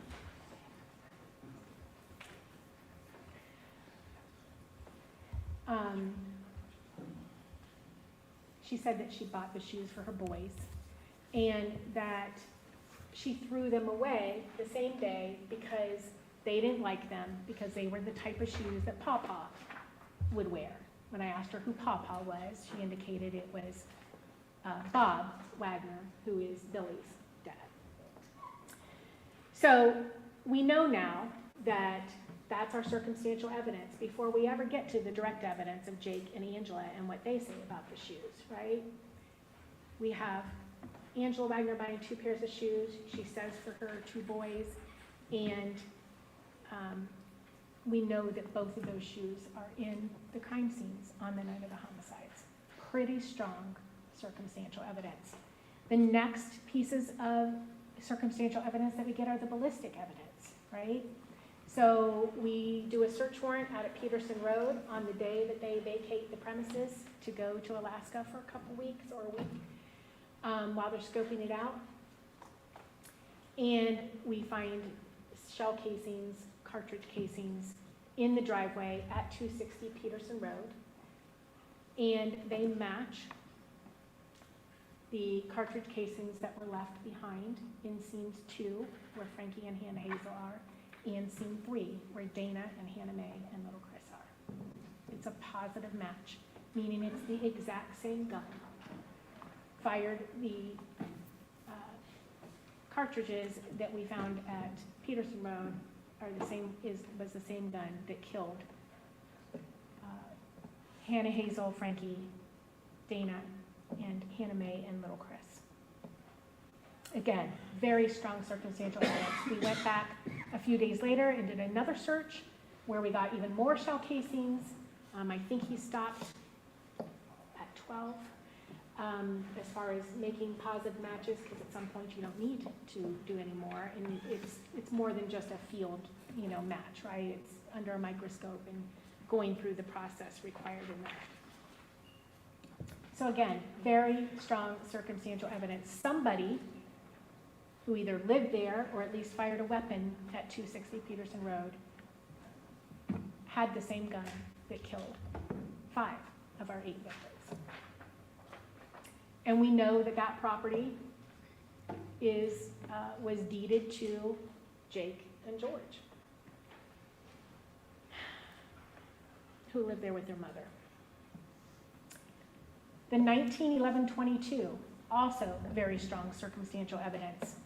Ultimately, you heard Matt White say in July of 2017, which was a couple months after our search at Peterson Road when they found these shell casings, that he finally got a breakthrough and was able to figure out that that weapon that likely caused the tool markings on the cartridge cases that were left behind was likely a 1911-22 Walther Colt. And they found that out because the BCI lab in Bowling Green ran across one of them, and the word was out. He belongs to a lot of organizations and certainly to BCI, and was asking for help in finding, because it was such a unique marking, and he felt that would help him a lot. So it wasn't the gun that was used, but it was a gun that was similar enough, and after talking to the engineers in Germany and finding out that was a unique firing pin that caused those unique tool markings, he concluded that we were looking for a 1911-22. And where does that 1911-22 turn up? Well, none other than in Jake Wagner's hand. When we get that Montana laptop, there's iPhone backups from Jake Wagner's phone, and in that backup, there is a picture of this gun on January 31st of 2015, a date you'll remember. And then there's a picture later of it. The gun is just on the floor in the January photo, and then there's a picture of it later, actually in Jake Wagner's hand. So now we have what we believe could be the murder weapon in the hand of one of the Wagners. We also have a gun list. Not same phone. We got that from when Special Agent Scheider took Jake Wagner's phone. We saw this gun list on the phone at that time, right? And you'll remember that gun list. It has just a list of weapons. In fact, I think Mr. Parker went over it with the defendant when the defendant was on the stand. And it was a list of who had what guns. Now, you've heard from Jake Wagner that actually was an inventory of the guns that they owned in February of 2015 when he first made that gun list. And then I think it was revised a few months later. But on that gun list, we had the 1911-22, which again, at that time, we felt was the likely type of gun, anyhow. And we had an SKS 762 by 39 listed as belonging to George, the 1911 belonging to Jake on that inventory list. So again, this gun list was also further circumstantial evidence. Maybe not quite as strong as our ballistic evidence and our shoe print evidence because those are specific, but we had the type of weapons that were likely used in this case listed as belonging to the Wagners. And we knew that 762 by 39 was important because you heard from Matt White about the heavier grain that tool ammo actually was, and that he knew from his initial ballistics review that was a heavier grain bullet that had been used. We also had additional information from Chris Newcomb that George was a Glock guy, that he liked his Glocks, and that he had helped him get a .40 caliber Glock back during, closer to the homicides, and that he had met, Randa had gone with him, and they had met the guy that they were buying it from at a rest stop. Would council wish to take a morning break at this time? Sure. Would be Yes. good time to do that. Ladies and gentlemen, we're going to take our morning break. It's 11 o'clock, so we'll be in recess until 11:15. At that time, the jury is to assemble at the jury room. You'll be brought up to the court by court personnel. While you're on this recess, do not discuss this case among yourselves or with anyone else. Do not permit this case to be discussed with you or in your presence by anyone. Do not form or express an opinion concerning the case. Do no research at all concerning the case as to the facts or as to the law from any source at all. Do not read, view, or listen to any reports or accounts of the case from any source at all, and have no contact with any participants in the case, including parties, counsel, or any witnesses. With that, does council have anything further before we recess? All right, we're in recess until 11:15.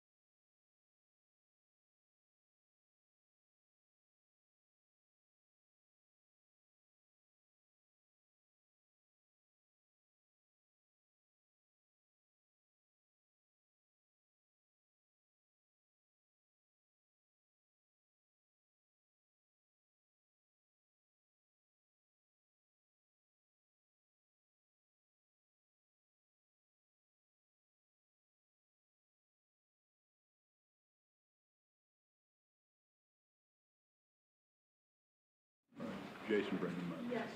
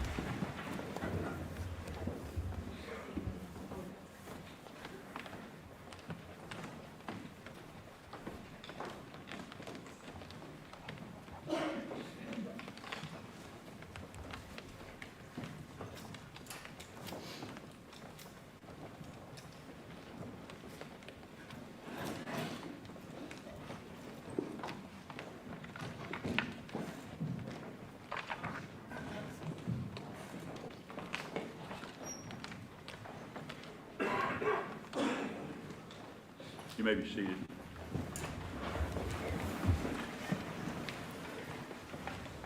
The State of Ohio's council may resume closing argument.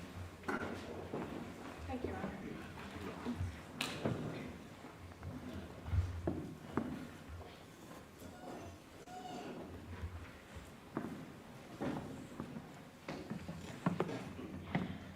Okay, sorry.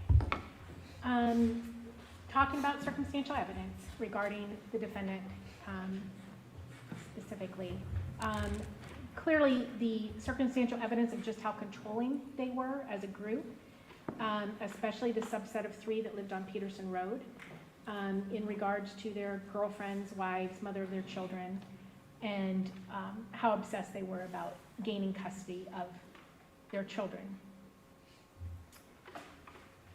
The Facebook hacking that was going on, again, is circumstantial evidence. We discovered that, again, once we got the laptop from Montana. We first found those hundreds of pages during the State Route 41 search, but then when we got the laptop, we found thousands of screenshots. And again, that is circumstantial evidence as well. False exculpatory statements are circumstantial evidence. So, and also a strong indicia of guilt. So anytime you're giving a false story about what happened or where you were or what you did or anything, that can be indicia of guilt as well. And the false story that we got from every single one of them was that everything was great between Hannah and Jake, right? There were no problems, like a little sister to me, love her with all my heart, loved her like a daughter, all that stuff. Couldn't say anything bad about any of the other rodents either. But then we see the Facebook message from Hannah Mae saying that she won't sign papers ever, they'll have to kill her first.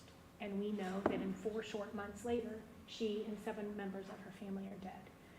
So that's circumstantial evidence, right? We can see that the relationship is not as they're being described, but for some reason, they're describing it as great. And specifically, the defendant was one of those people. Purchases of parts to build a silencer. All along, we thought that a silencer was used in this case just because of the close proximity, especially when you are in scene 2 with Frankie and Hannah Hazel, and when you are in scene 3 with Dana and Hannah Mae and little Chris. We always believed that there had to have been a silencer used, in particular at those locations, but also potentially we knew that the SKS was shot from outside, and assumed that there was a silencer for that too. So here we get financial records, and then the financial records, the bank accounts then require you, the follow-up to that is to get subpoenas out to eBay or various stores, Tactical Innovations or whatever, where you see them making purchases from, and then get the details about those purchases. So we have them buying parts, various parts to build a homemade silencer. And we also have them Googling, searching how to do that, a solvent catcher. You heard about that the solvent catcher is screwed onto the end of the barrel, and it's purportedly to catch cleaning fluid, but if you alter it just a little bit, then it becomes a silencer for your gun. They're canned matching responses. Again, circumstantial evidence when they're all saying kind of the same things. Billy not returning the phone calls of Chris, even though we see Chris Sr. calling Billy's phone repeatedly on the night of homicides, and it going to voicemail, and him checking voicemail, but him never calling Chris Sr. back. Again, circumstantial evidence that he knew that Chris was deceased. Billy staying there at the house for the first time that night, right? The tattoos, I don't want to belabor this too much, but again, this is circumstantial evidence. At least we would submit that it is circumstantial evidence. Twofold, or maybe threefold. First fold is just the fact that the three boys went to get tattoos together in early June, just a little over a month after the homicides were complete. They all go together to the Shamrock tattoo place. Jake gets Cummins pistons, but Billy gets a scorpion tattoo on his trigger finger.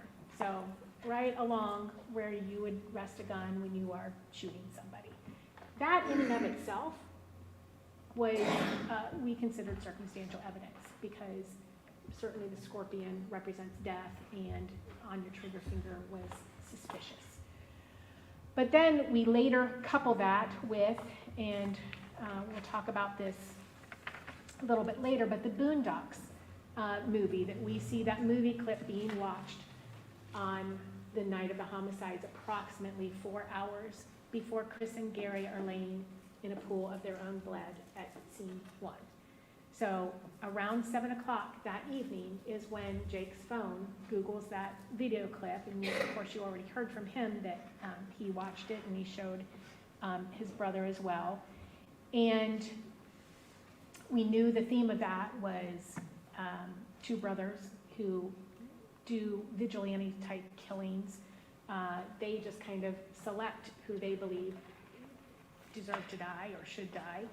And there's a religious component to it. And so we knew that much. And we knew that Jake had dyed his hair to look like Norman Reedus being the Daryl in The Walking Dead, and one of the brothers in this Boondock Saints movie. And we knew that from Chris Newcomb, that he had dyed his hair along with George, and that Jake specifically said he did it to look like Norman Reedus. And then you've got him watching this video clip. And then you have this scorpion tattoo, which took a while longer to figure out, or to, again, what we believe is circumstantial evidence in this case, is that at the very end of the second Boondock Saints movie, the dad of the two brothers, kills his best friend.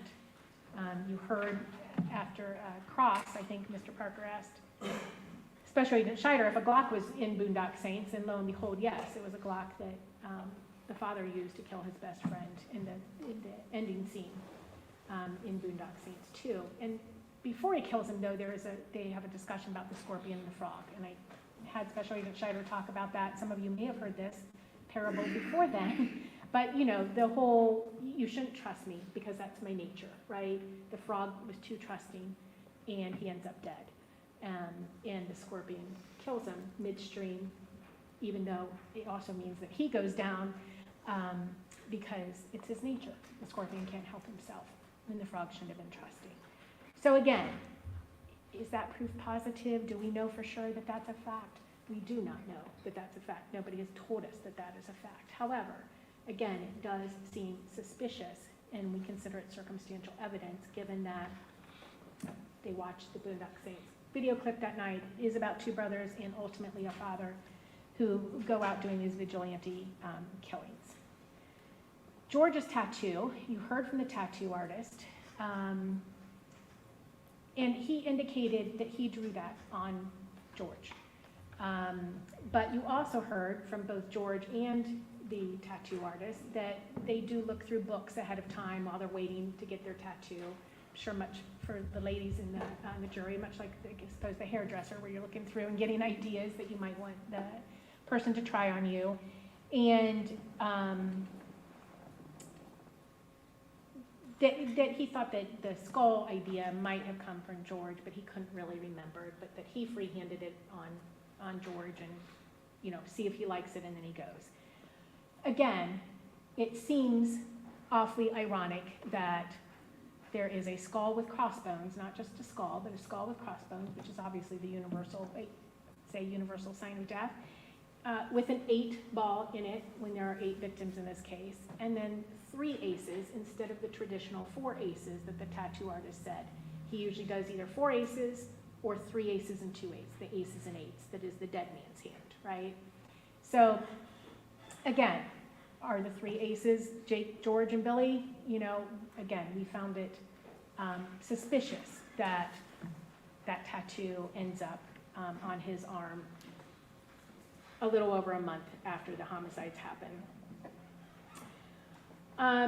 Circumstantial evidence, again, the way the family functions, just their obsession, their how they let things get carried away as far as their suspicions and their reactions to those suspicions.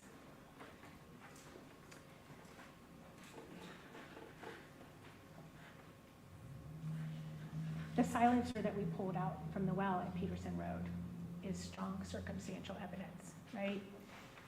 Again, we saw them buying the parts. Now we have a silencer that has all those parts that we saw them buying. The mag light, the freeze plugs, so the adapter, and it was used. And again, now we know that it was a template that misfired and didn't work well, and so they resorted to something else.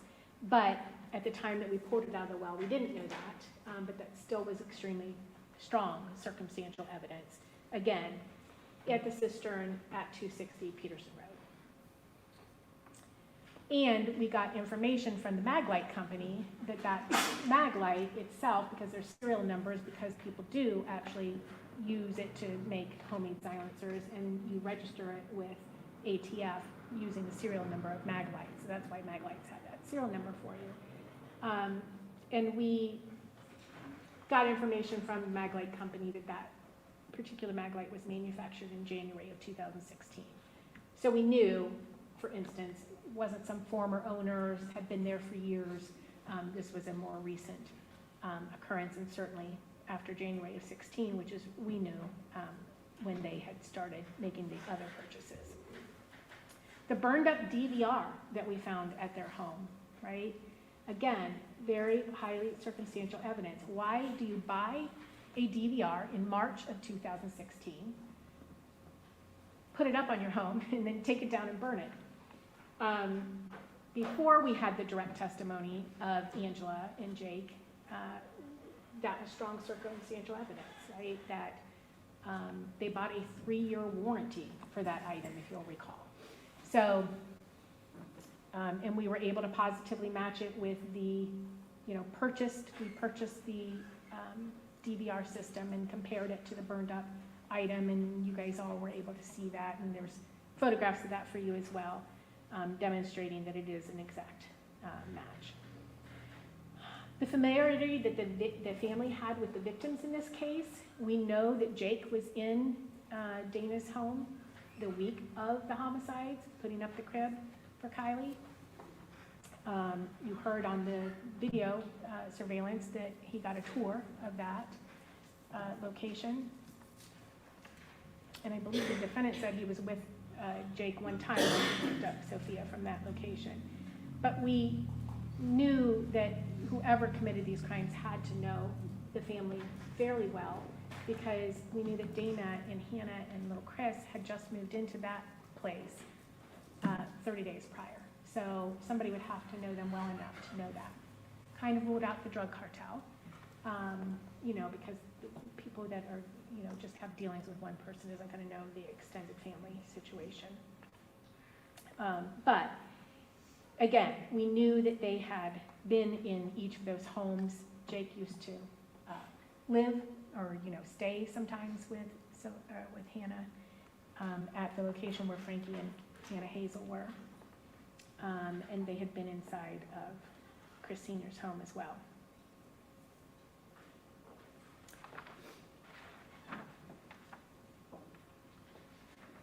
Again, the Boondock Saints video clip,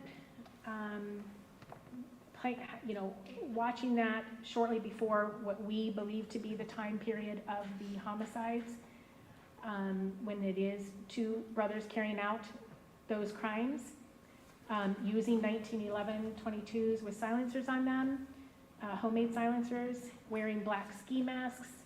Other similarities that we saw was one point they're hiding in a container at a warehouse and they come up and they jump out and start shooting. And I already talked to you about the father killing his best friend at the end of that. So again, we wouldn't have even looked at that or thought about that if that video clip had not been played that night. So again, that was strong circumstantial evidence in that we already believed that the 1911 22 was used in this offense. Both of them dyeing their hair, right? So I believe Jake said that it had nothing to do with the homicides, and by that meaning in an effort to dye their hair so that if they lost a hair at the scene, we wouldn't think it was them. It has more to do with the fact that they dyed their hair to look like the brothers in Boondock Saints, right? And specifically, Jake admits that he dyed his hair to look like Norman Reedus. So again, they both dyed their hair the week of the homicides. We got that information ahead of time from Chris Newcomb. Obviously, that has been since confirmed by Jake. The custody documents that they filled out on April the 3rd. Again, these were forged documents, right? They were printed out on April 3rd. You will have these. It's CC 295A through C. That's the actual physical exhibit. We got that out of State Route 41 in George's truck, in a tub, actually on top. There's photographs from that search at State Route 41, and you'll see the plastic tub. It's got a clear lid, and it's got those, actually the Hannah one, right on top. So you will be able to see those. I think we either passed them around or showed them to you enough that you knew it is a raised notary stamp. So it's not like it's a document that was on the computer that they printed off the computer that was already filled out. They printed out a blank one, they filled it out, and then put that notary stamp on it, not noticing that April 3rd had been spit out by the computer at the bottom of those. And there are 3 of those, right? There is what I call if I die before I wake, I want my child to go to Jake, right? The Hannah Mae custody document that she allegedly, they made it look like she filled it out in December of 2014. And why is that an important date? Well, A, because it was Christmas Eve that they put on the document, and arguable or logical that maybe Rita would have been around such that she could have put her signature on that or notarized it. And that was also getting close to the last holiday it was the last holiday that Hannah spent with them when she was still with Jake, because she left him, broke off the relationship in early 2015. So they had to make it a time when everything was still good between them. And then likewise for the boys, they each fill out one of their own, right? So if anything happens to us less than 3 weeks from now, while we're trying to kill 8 people on Union Hill Road and Left Fork Road, if anything happens to one of us, whether we get hurt, killed, arrested, I want to know that my child is secure and will go to Angela, our mom. So they both fill that out. They also both forge those, forgery being defined, and we'll go over the charges later, but backdating is forgery. You can't fill out a document so that it looks like it was filled out at a time different than when it was actually filled out. So, but again, strong circumstantial evidence, right? Why are they filling out custody documents in Hannah's name so that if she turns up dead 2.5 weeks later, Jake gets custody? Or if something happens to one of them. So again, strong, very strong circumstantial evidence. And again, those documents were found during the State Route 41 search. The video evidence from their surveillance videos from State Route 772 and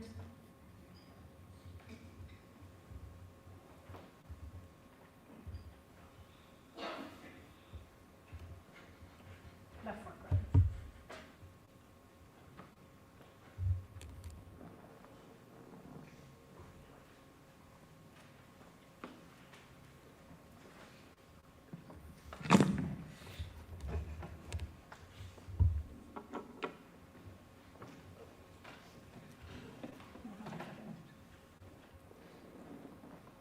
This was from the Boondock Saints.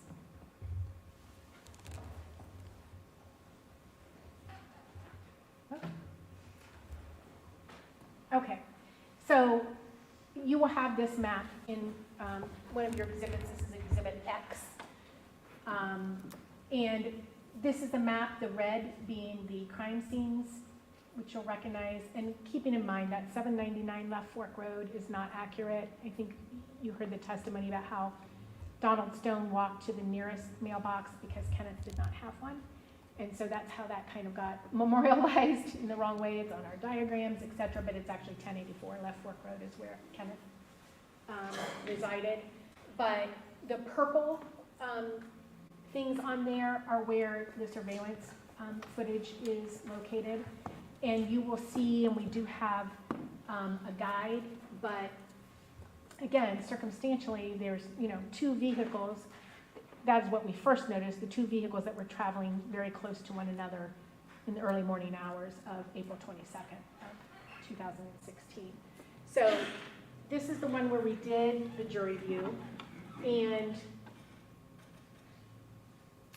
we drove the route that Jake said they drove, basically, with the caveat that once you go either right on 772 or left on 772, that, let's point this out.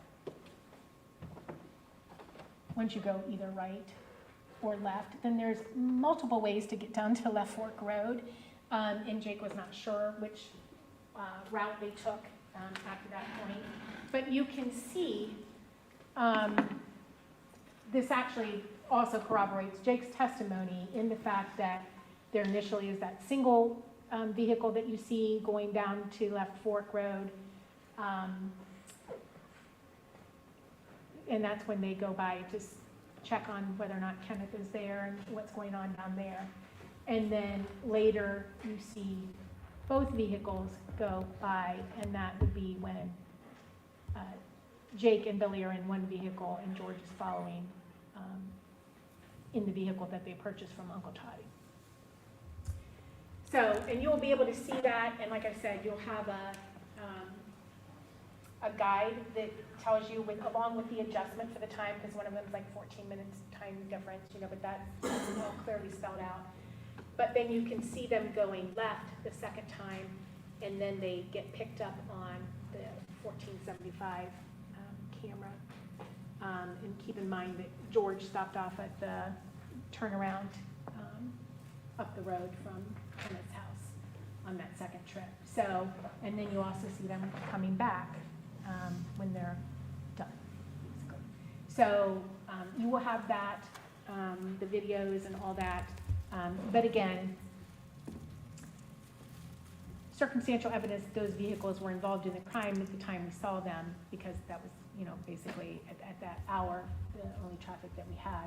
But now it corroborates Jake's testimony as well. Okay, so let's talk about the direct evidence that we have in this case. So the direct evidence, again, is the testimony of people that were present, and some physical evidence, can fall into that category as well. But we will talk to you about, again, you will get an instruction on how to weigh the testimony of an accomplice. So you will be receiving instructions on how to weigh the testimony of people in general. And you're not to disregard that. You're to use that same thing when weighing the testimony of any witness, whether it's an expert that has additional instructions for you, whether it's an accomplice that has additional instructions for you. You'll be told you should weigh the defendant's testimony by the same standard. So that standard that you're given, you should still use when weighing the testimony of the experts and the accomplice, in this case, Jake and Angela. But you will have additional ones. And one of those instructions, I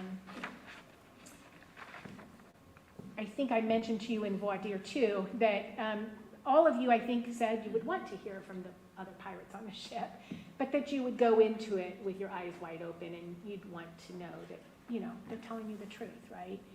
And that they don't have any hidden motives or hidden agendas, or they're trying to get out from underneath something, whatever the case may be, whatever factors you guys wanted to know.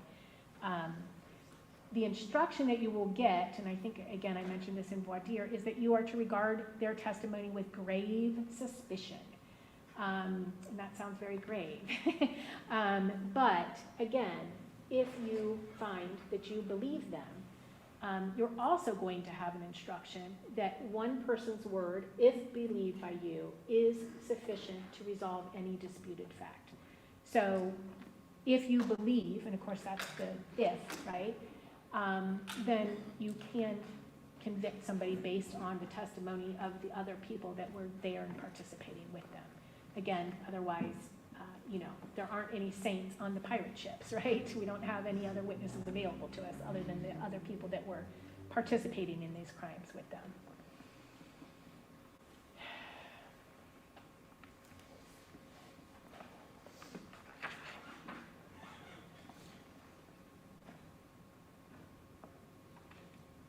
Okay, so let's talk about Jake and Angela's testimony.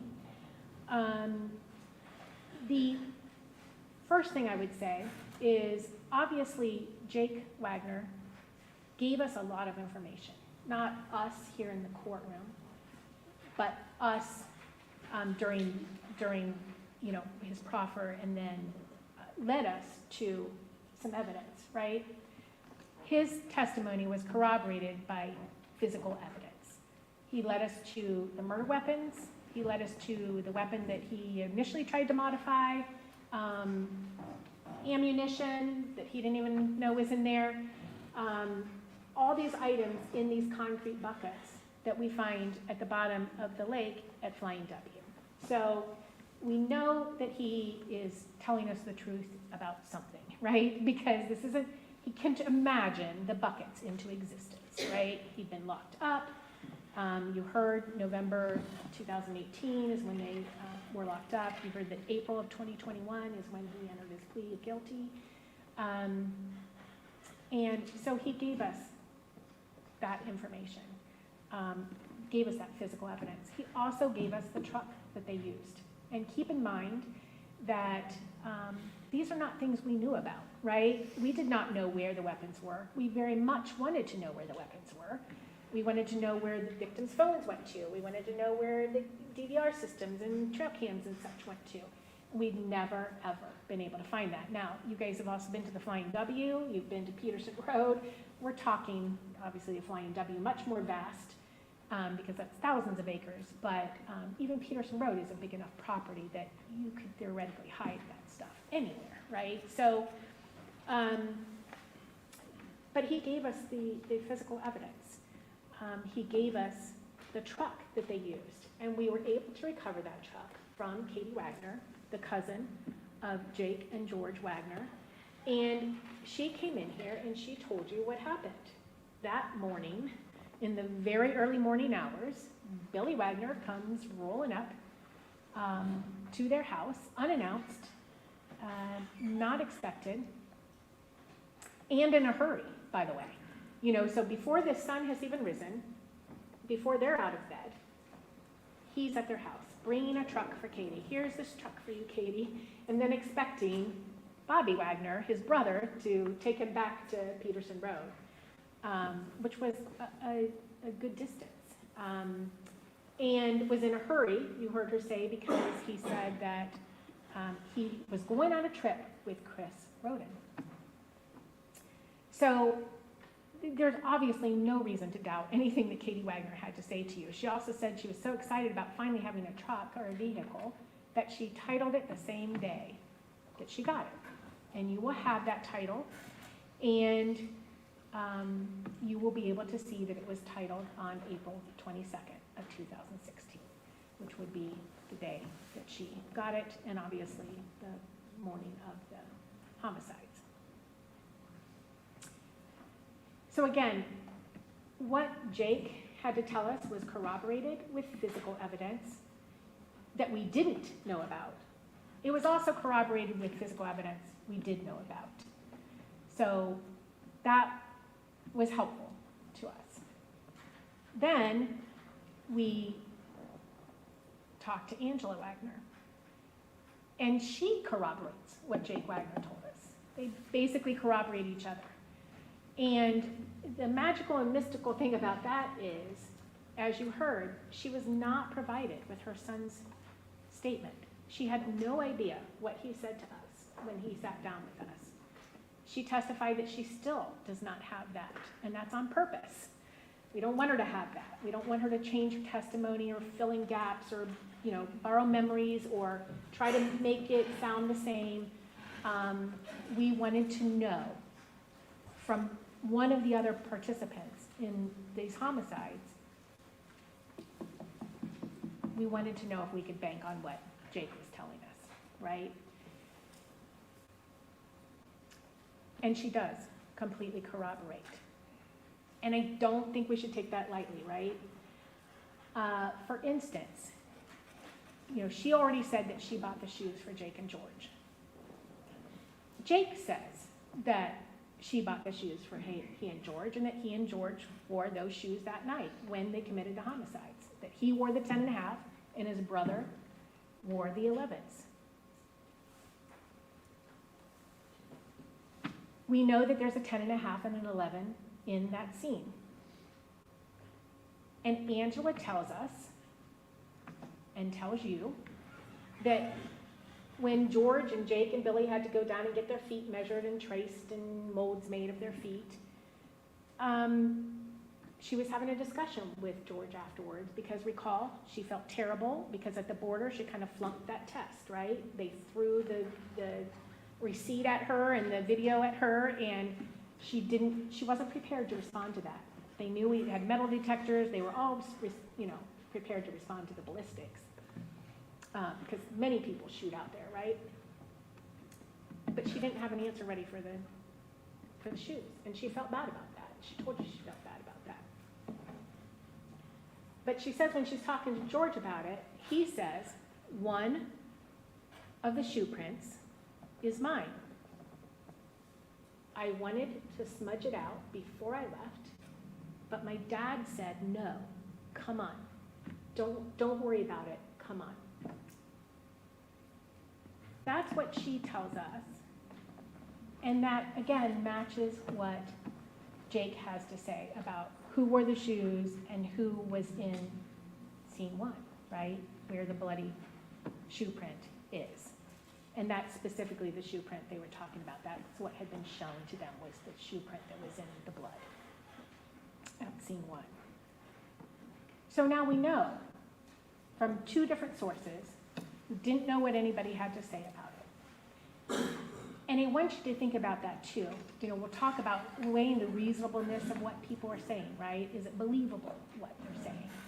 Do they have motives to lie to you? Etc.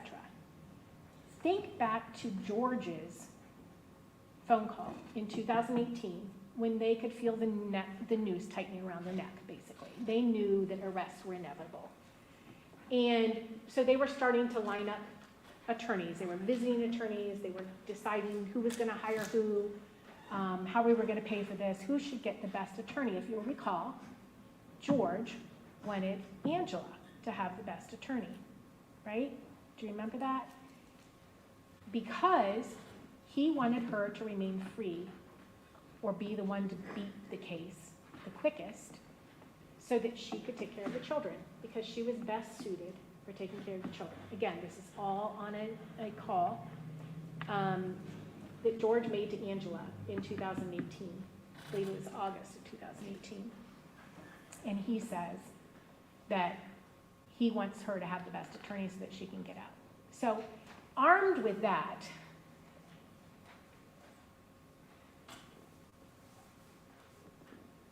Angela very easily could have said, I knew nothing about this. I knew nothing about this. I'm going to say whatever I have to say to get myself free from this, because that's what my boys even want. George wants me to be free. But that's not what she did. And that's not what Jake did, right? Both Jake and Angela tell you they are guilty. Jake is guilty. Angela is guilty. They don't deny that. They don't lie about that. They don't blame somebody else. They could have all said it was Billy. Billy is the one that's kind of ostracized from them. He's the one that's over here. We could all just say it's Billy or whatever. Or Angela could have assumed that Jake took the full blame. She saw him stand up in court and plead to 8 counts of aggravated burglary or aggravated murder. She heard that he had pled to all the counts in the indictment. So she could have assumed that he took full blame for it and just made up a story that said that. The reason their stories are consistent, the reason their stories match, is because they both finally decided to tell the truth. Right? And we insisted on it as much as you can insist on that, right? I don't want false statements. I don't want, the only thing we are interested in is the truth. Who actually committed these crimes? How did it happen?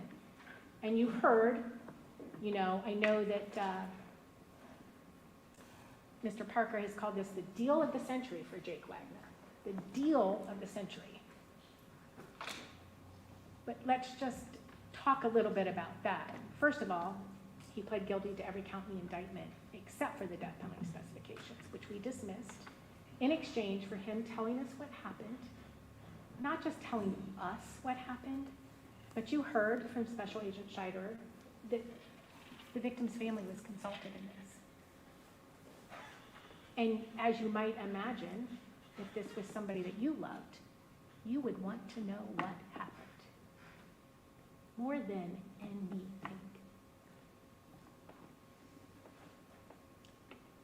Some of them got the peace of mind they were looking for because their loved one was sleeping. Some of them did not, but they wanted to know. And they wanted us to do the deal so that they could learn what happened and so that we could get physical evidence so that we could hold all 4 people who committed these crimes and killed their loved ones accountable.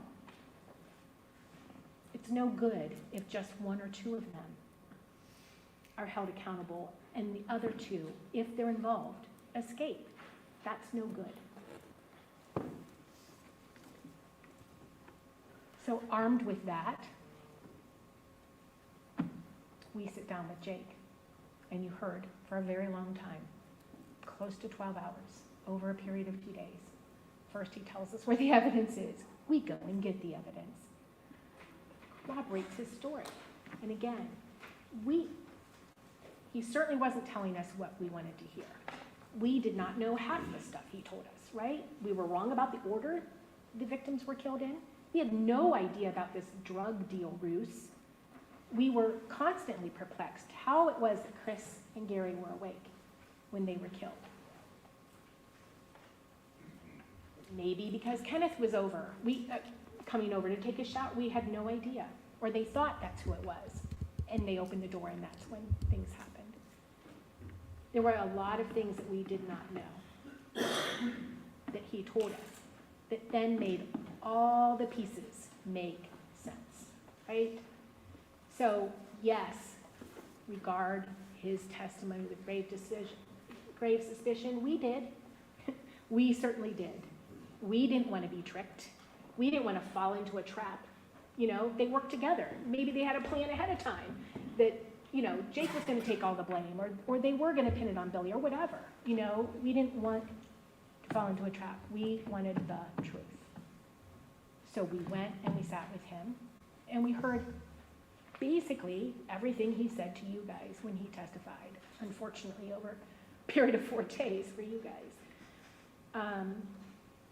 But again, it was his testimony and his statement was corroborated by the evidence we already had and the evidence that we knew nothing about, but that we then had and could use regarding anybody else who was involved in this case.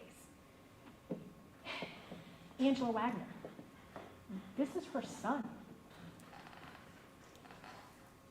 Ask yourself, what motive would she have to say that George was involved?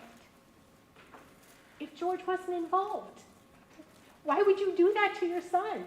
You would say, Jake, Billy, and I did it. Or just Jake did it. Jake and I did it. Whatever you say. Why would you say that George was involved if George wasn't involved?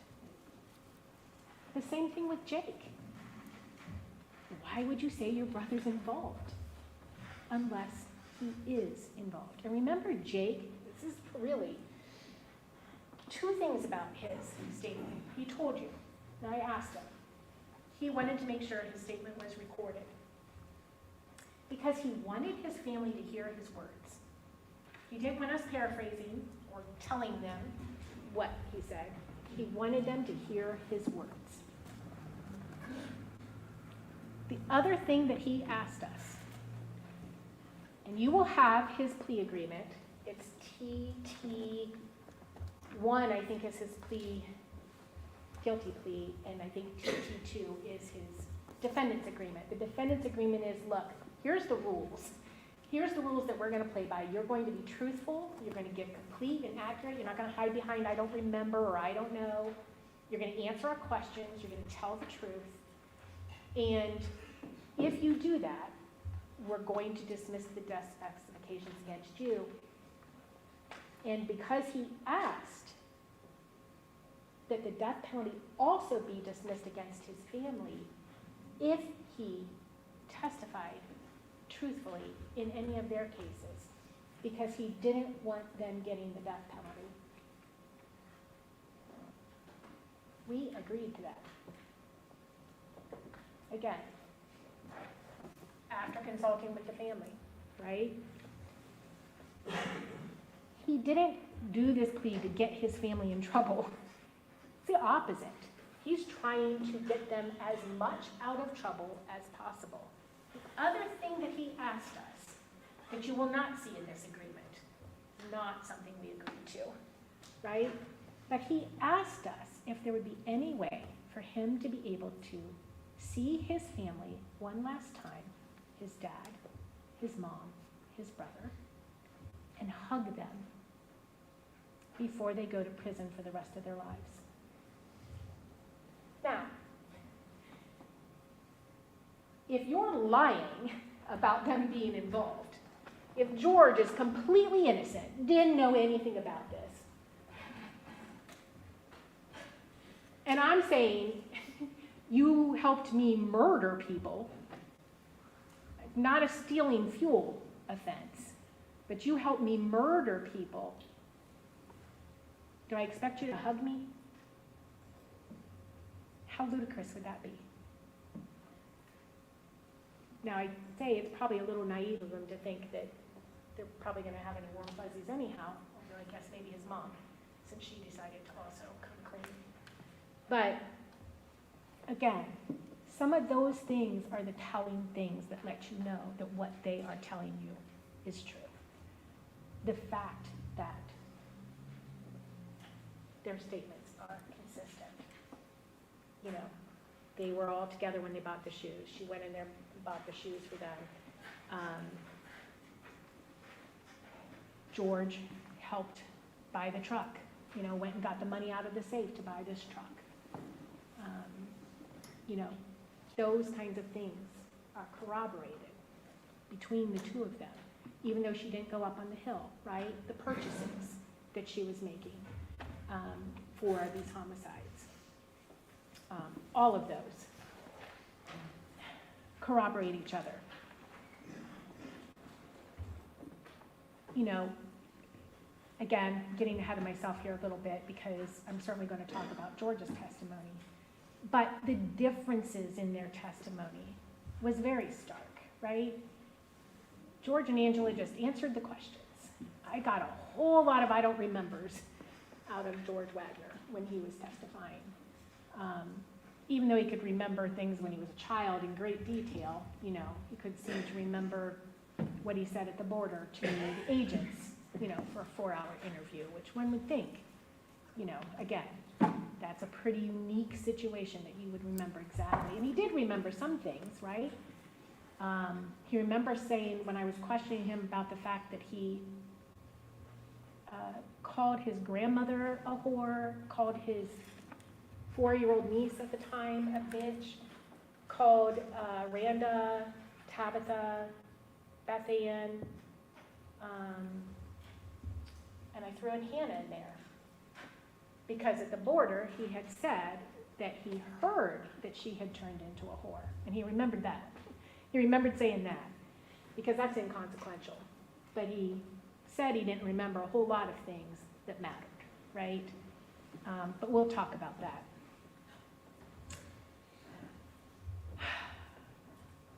So what did we get from Jake Wagner regarding George, right? We get that George was involved in the purchase of the murder truck, the truck that they used the night of the homicides, sorry, and that George helped him modify it. He helped him build that frame, and you saw our interpretation of that contraption. We based it on what he said under oath, you know, during his testimony. And I think Special Agent Scheider indicated that he went back and looked at the transcript, but, you know, he said he had the 2x4s vertical, not horizontal. So we made it, and he even said 4-inch versus the 2-inch. And so we did that and put the platform there, the plywood on there, just as he said, and he said he screwed it in. So that's what we did. But he said that George helped him with that because he needed help with that, and then also helped him put either the straw or the hay on top of it. He still doesn't know which it was, straw or hay, that night. He indicated to you that George was, quote, always the SKS guy. Jake was the 1911-22, and his dad was the 40 Glock. That's who had which weapons. He indicated to you that a few days before the homicides that Billy told George that he wanted George to shoot Chris in the head from a distance so that Chris Sr. would not know what was happening, so that he would be killed instantly and never know what happened, and certainly not know that Billy was participating in this crime against him. We know that George was present when the shoes were bought. We know that George wore the shoes the night of the homicides. We know that George also wore ski masks. They had the black ski masks, the kind that you just saw inadvertently, I think, on the, you know, in Boondock Saints. We know that they had on dark clothing.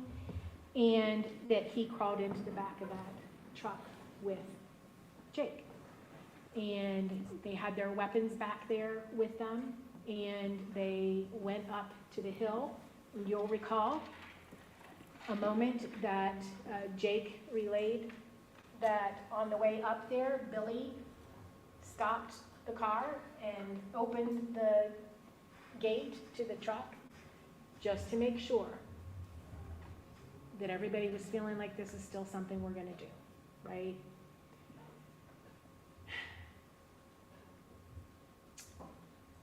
And you know that they then proceeded to go up there, and that when Jake got out of the vehicle and George got out of the vehicle, that George had the SKS, and that they both laid under two different trucks and in the prone position, and George, again, was supposed to be the one that shot Chris, which again makes sense because the gun, SKS, is listed as belonging to him, first of all. And we now know from Jake that that is an inventory, not a wish list, despite the fact that George tried to convince everybody it was a wish list. And we also know that George doesn't like the SKS, right? Jake doesn't like the SKS because he had one that jammed on him. He found it unreliable. So just ask yourselves, if you're going to kill people for the first time in your life, presumably, do you take a gun with you that you don't like and that you find unreliable? So again, that makes sense. It internally and externally, Jake's statement makes sense that George was the one who had the SKS and was supposed to shoot Chris Sr. that night. You heard testimony from the defendant that Jake has vision problems at night. That's why when they drive together, George drives through the night, right? So again, you're shooting from a distance, not a great distance, but a distance. And you've got that oil filter there on the end of the SKS, not helping with the vision much. And then Jake tells you that Chris passes up and he gets to the spot where George should have shot and George doesn't shoot. He doesn't know. He doesn't know if George froze. He doesn't know if George couldn't see, didn't have a good line of sight because of that oil filter. He doesn't know because he never discussed it with him. But then you heard that Billy came out there and asked what was going on and had Jake take the weapon instead and told him he had one more chance and he heard his dad telling Chris to call his phone to see if he could find his phone, which brought Chris to the door. And then you heard that Jake shot him then. Again, very tight group. You'll see the photographs, very tight group of shots on that door frame. But then we know that Billy was inside the home. Jake was not inside the home. Jake was doing shooting of his own. He said he heard 2 shots. You heard from their expert that sometimes you don't hear all the shots that occur. It doesn't even matter. Again, he was firing shots himself. And we know that Billy was inside the home and that Chris and Gary end up dead. Then you know that Jake says he gets the keys and goes up to the grow room to start working on getting cameras. You also heard that Billy is frantic. I think Jake described him as having a nervous breakdown. I'm not sure if that was on direct across. But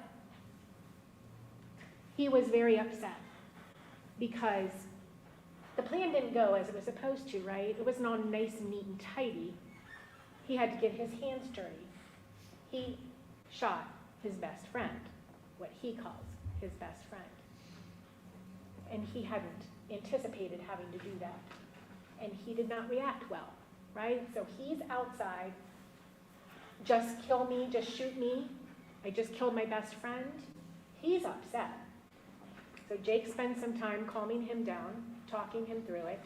George is standing there too. ultimately, Jake goes in and gets the keys from Chris and goes up to the grow room. He says when he comes back down,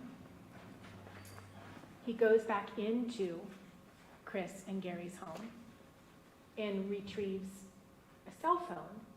And he says at that time, both Gary and Chris's body had been drugged back. He wasn't there. He doesn't know for sure who did it.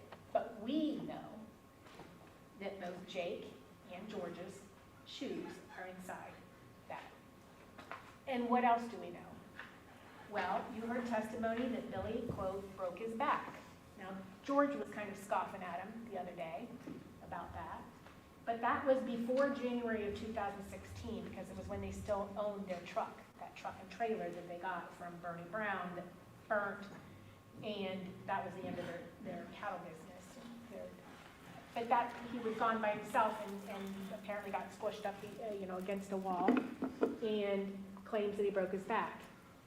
We at least know that the defendant can beat him up, right? Because he bragged about that. He was pretty proud of himself about that. So, and we also know that the defendant ironically uses the same term to describe, Jake uses the same term to describe the defendant as the defendant used to describe Kenneth, which is he's as strong as a bull ox. So we know that George is a strong guy. He considers himself stout, is what he said. So, lifted an engine block, maybe not out of the car, but onto a trailer or something, he said. So, think to yourself, what is the logical answer here? Again, it's kind of like that SKS. Billy, who has a broken back, who is obviously not as strong as George, and who was just a frantic mess over killing his best friend, do you think he's the likely choice to then drag Gary and Chris's bodies back to the back room? Again, in the end, it doesn't much matter. We know that George went into that room, and we know that he stepped into blood, and we see it on our diagrams exactly where that was. Then we know they went to Frankie's, locked, will come back.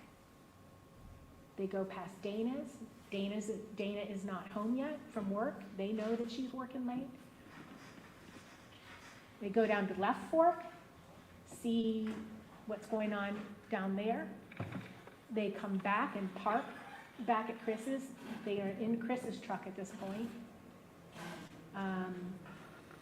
Jake was not a part of that decision. So either George or Billy or the two of them together made that decision. And it's a smart decision from the aspect of if Kenneth sees you pulling up, he thinks it's his brother Chris. If Dana sees that vehicle pulling up, she thinks it's Chris. So there's no alarms that go off before they can make entry into the home. So then they walk back down to Frankie's, and this time they try the back door. Jake tells you that he breaks his knife off in that door. Now, you're going to see the concrete buckets, and you're going to see the knife, and I think I even showed it to him. And he said, yeah, that's the knife, but the tip's not broken off, is it? At which point I showed him the damage, and again, you'll have these exhibits.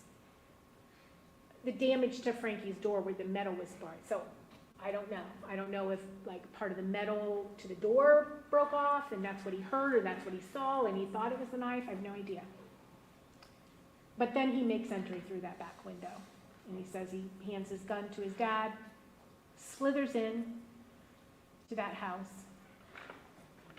First goes checks on Frankie and Hannah Hazel, and then opens the door to let his dad and his brother in. Now he told you that he's not sure if his brother came all the way in or if he just stood on that back porch. But he goes back to Frankie's room and shoots both Frankie and Hazel. And then he starts looking for their phones, which he doesn't find. He doesn't pick up the rounds at that residence because he believes that it's too messy and he's not going to be able to find them. And he also told you that he did not think you could do ballistic comparisons on the rimfire shell casings. So he had some comfort in that, thinking that we couldn't compare even if we did recover anything. And then he tells you that his father fired additional shots. And then they exit the home. And he took great care to lock the back door so that Brentley wouldn't get out. And then they go back to the truck that was at Chris's at that point, and they get into the truck. And they go to Dana's house. And allegedly the door is open, they walk in, they were prepared to pick the lock if they needed to, but they said they didn't need to. And Jake said they didn't need to. And they go into that home, and once again, you will see the size 11 shoe print in that home, so we know that George was in that home. And Jake tells us that, by the way, after he was done shooting Chris, and we know that he shot 6 rounds, because that's the number of projectiles that are recovered at that location. And he said at that time he gave the SKS back to his brother. And he says that his brother had that SKS when he was inside scene 3 with Dana and Hannah and little Chris. And he says at some point, George is behind him and facing, is by the door and facing little Chris's room. And he also says that while he was back killing Dana and Hannah Mae, that his dad was in the kitchen area and George he believed to be in that living room area, such that if anybody came out of little Chris's room, that he would be prepared to deal with that.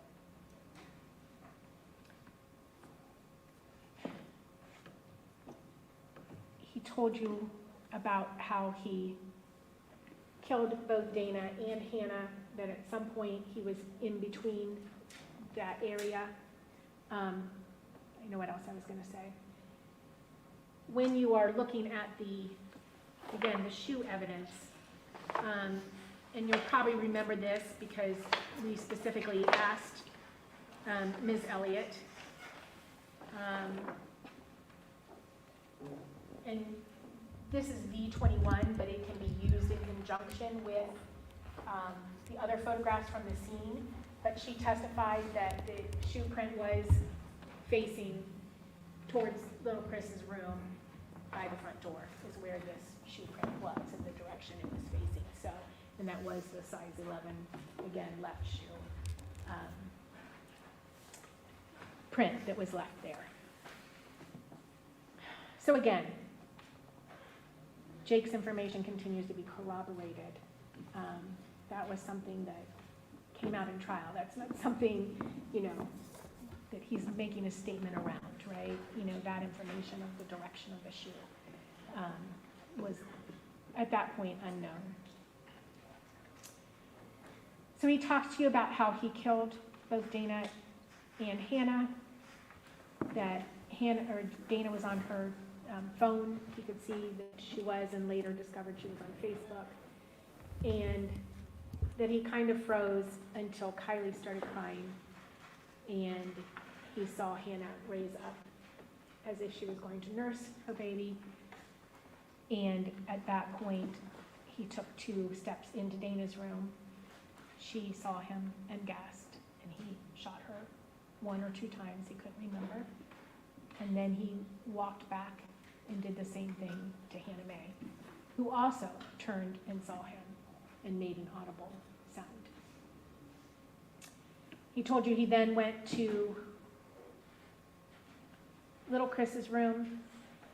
Well, actually, he said he came out of Dana's bedroom. He went back into Dana's room and shot her some more because she was making noises.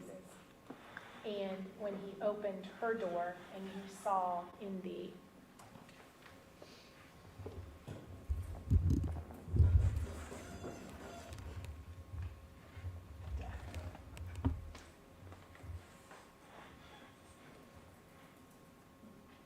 you can go into Dana's room 2 ways. So he had stepped in through here up top, but when he exited, it was out here through the kitchen. And when he opened the door to exit, he said that his dad was standing there with this 40 Glock. He was staring down the barrel of his dad's 40 Glock. Again, Dad prepared in case anything goes south to do whatever he had to do if somebody came out of that room armed or otherwise. He said George was right behind his dad at that time as well. He went into little Chris's room, shot him in the back of the head repeatedly. Chris was most likely asleep. And then he went about picking up shell casings and gathering phones and phone cords and such. And then they exited that residence. Went back, got in the truck, went back to Chris Sr.'s where they got the truck that they had bought from Uncle Todd. They drove down to Left Fork Road, and you heard Jake's testimony that George stayed at that pull-off. And he and his dad, who were in the same vehicle, drove right up to Kenneth's. And his dad got out of the vehicle and entered the residence, and he said he saw a flash, and his dad came back out, and then they went about doing what they had done at all the other locations, which is to gather any surveillance cameras or other items that they could find. And then he went back drove past where George was, and he said he thought his dad signaled to his brother, and his brother followed him back up to Chris Sr.'s, and then they all piled into the truck that they had bought from Uncle Todd and went back to Peterson Road. And then Jake tells you that once they were back, they drove back up to the barn, which is where the truck had been parked because they were keeping it out of view so people didn't see it. And he set about destroying the physical evidence, right? Burning the clothing, anything that could be burned was burned. Said he ran out of fuel with his torch. And tried to cut some of the objects up, tried to destroy the firing pins, other things that would be helpful to investigations in trying to do ballistics, etc. And that he then dug a hole, or that actually George helped him dig a hole in the barn near one of the posts so that they could bury the property, or that property temporarily until they could get it out and further dispose of it. And then he talks to you about, going off to do something and being called back to the home and, finding out what had happened and what he did throughout his day. And he also talked to you then about everything that happened after that, right? All the paranoia that they had. I haven't obviously gotten to Angela's statement yet, but Angela talks about Billy talking to Jake and George and her one time out by a fence saying, are you sure you guys want to do this? You need to understand that once you do this, your lives will be changed forever. You have to be very careful about where you're talking, who you're talking to, no cell phones in the same room when you talk, put the cover over the TV, run water, or whatever, when you're talking.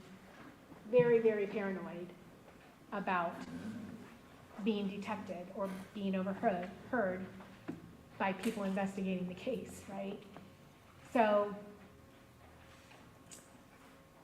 they all believed that, right? They all believed that they could be being listened to. And turns out, later, they were being listened to, right?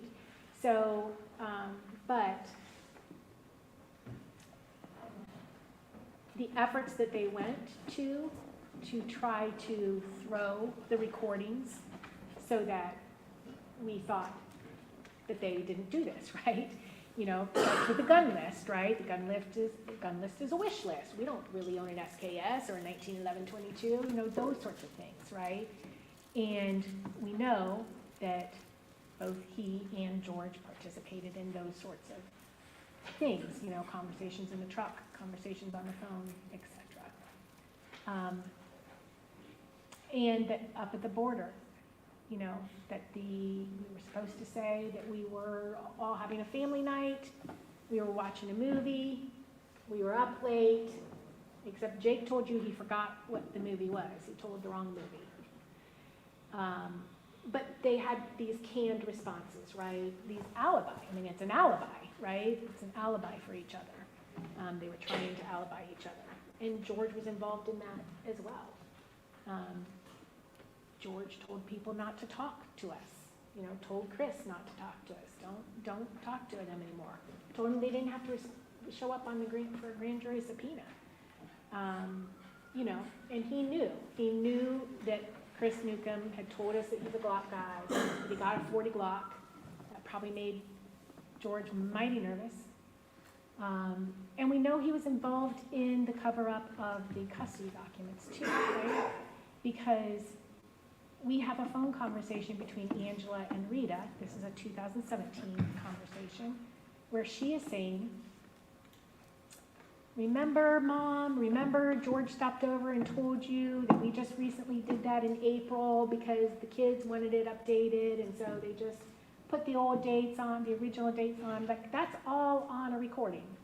So we know that George is involved in trying to cover that up too. So again, you know, these things that Jake tells us are corroborated. Could I see Counselor? Yeah.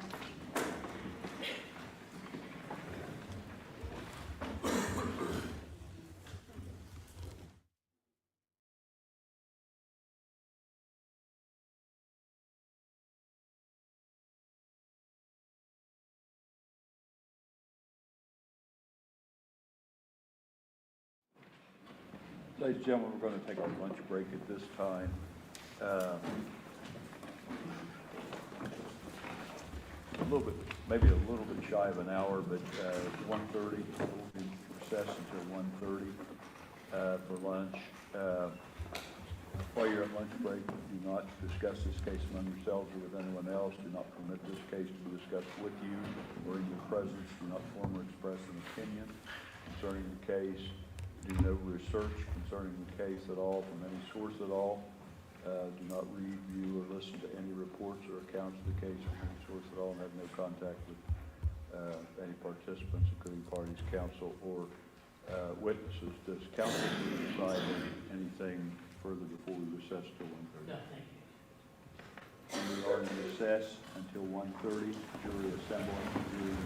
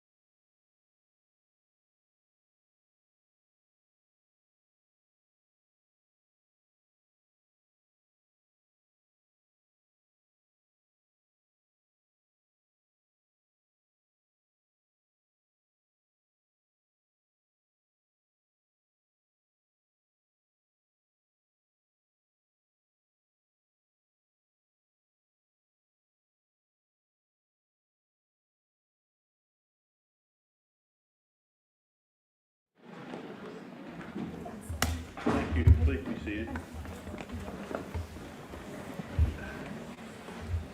Is counsel for each side ready to have the jury brought up?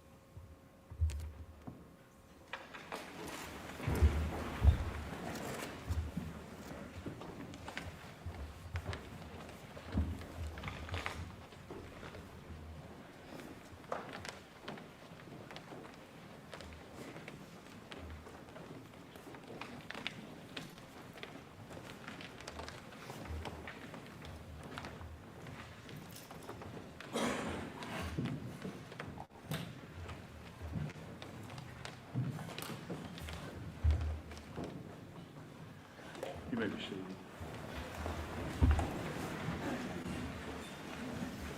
Counsel for the state of Ohio may resume closing argument. Thank you, Your Honor.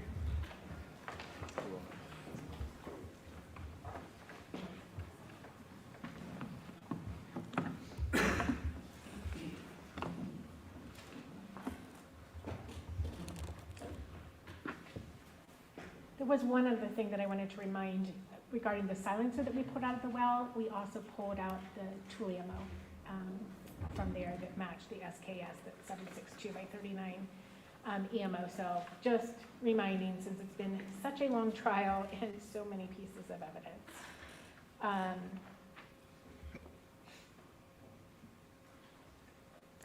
And I said the one call that I wanted you to listen to, that is quadruple I-23A. I'm sure you all remember that, but again, it's call number 502. Okay, so we were talking about Jake's statement and what we learned from his statement. And I already talked to you about weighing the credibility of each witness. And again, that is no matter what witness they are.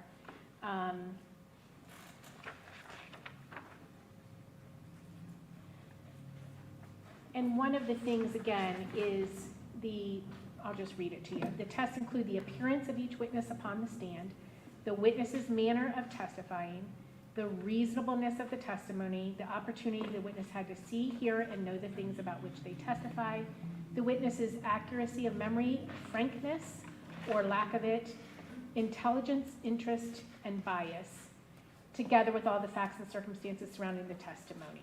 And then you assign whatever weight you think is appropriate to each witness. And again, it says the testimony of one witness, if believed by you, is sufficient to prove any disputed fact.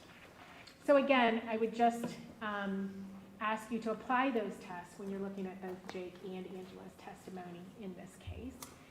And ask yourself, what motives would they possibly have to lie on their son and on their brother?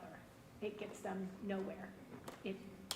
Why would you take down a perfectly innocent relative of yours that you were obviously so close to? I mean, when we listened to those 2018 recordings, you can tell that George and Angela are the ones that are really leading the charge and are in sync with one another. So again, there'd be no reason for her to make this up. But they didn't. You know, what they told us was the truth, as horrific and as disturbing and disgusting as the truth is. Let's focus then on George's testimony.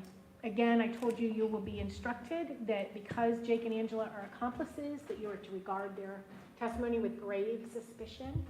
And you'll simply be instructed that you are to weigh the defendant's testimony the way you would weigh anybody else's testimony.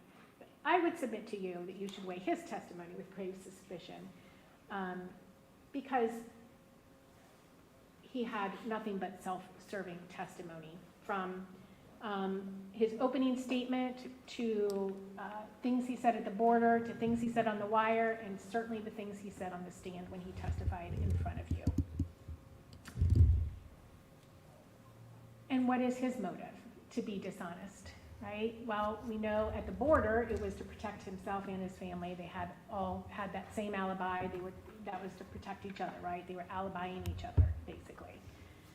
Obviously, he told you that he knows that if he comes in here and says he committed these crimes, that you're going to find him guilty and that he will face a severe penalty. He told you that anybody who does that should get the death penalty, right? And up until today, he was facing the death penalty, but because his brother lived up to his end of the bargain and came in here. Objection. You want to approach?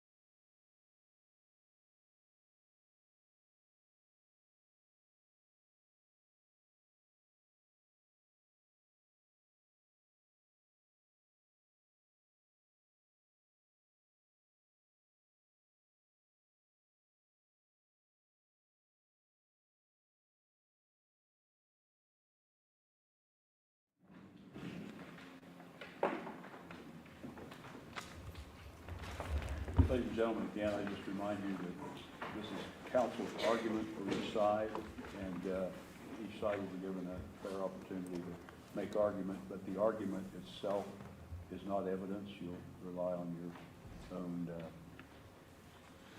you rely on your collective memories for what the evidence is. All right, you may continue. Okay. As you know, the defendant is no longer facing death penalty in his case. And obviously that was not pursuant to anything he did. Objection.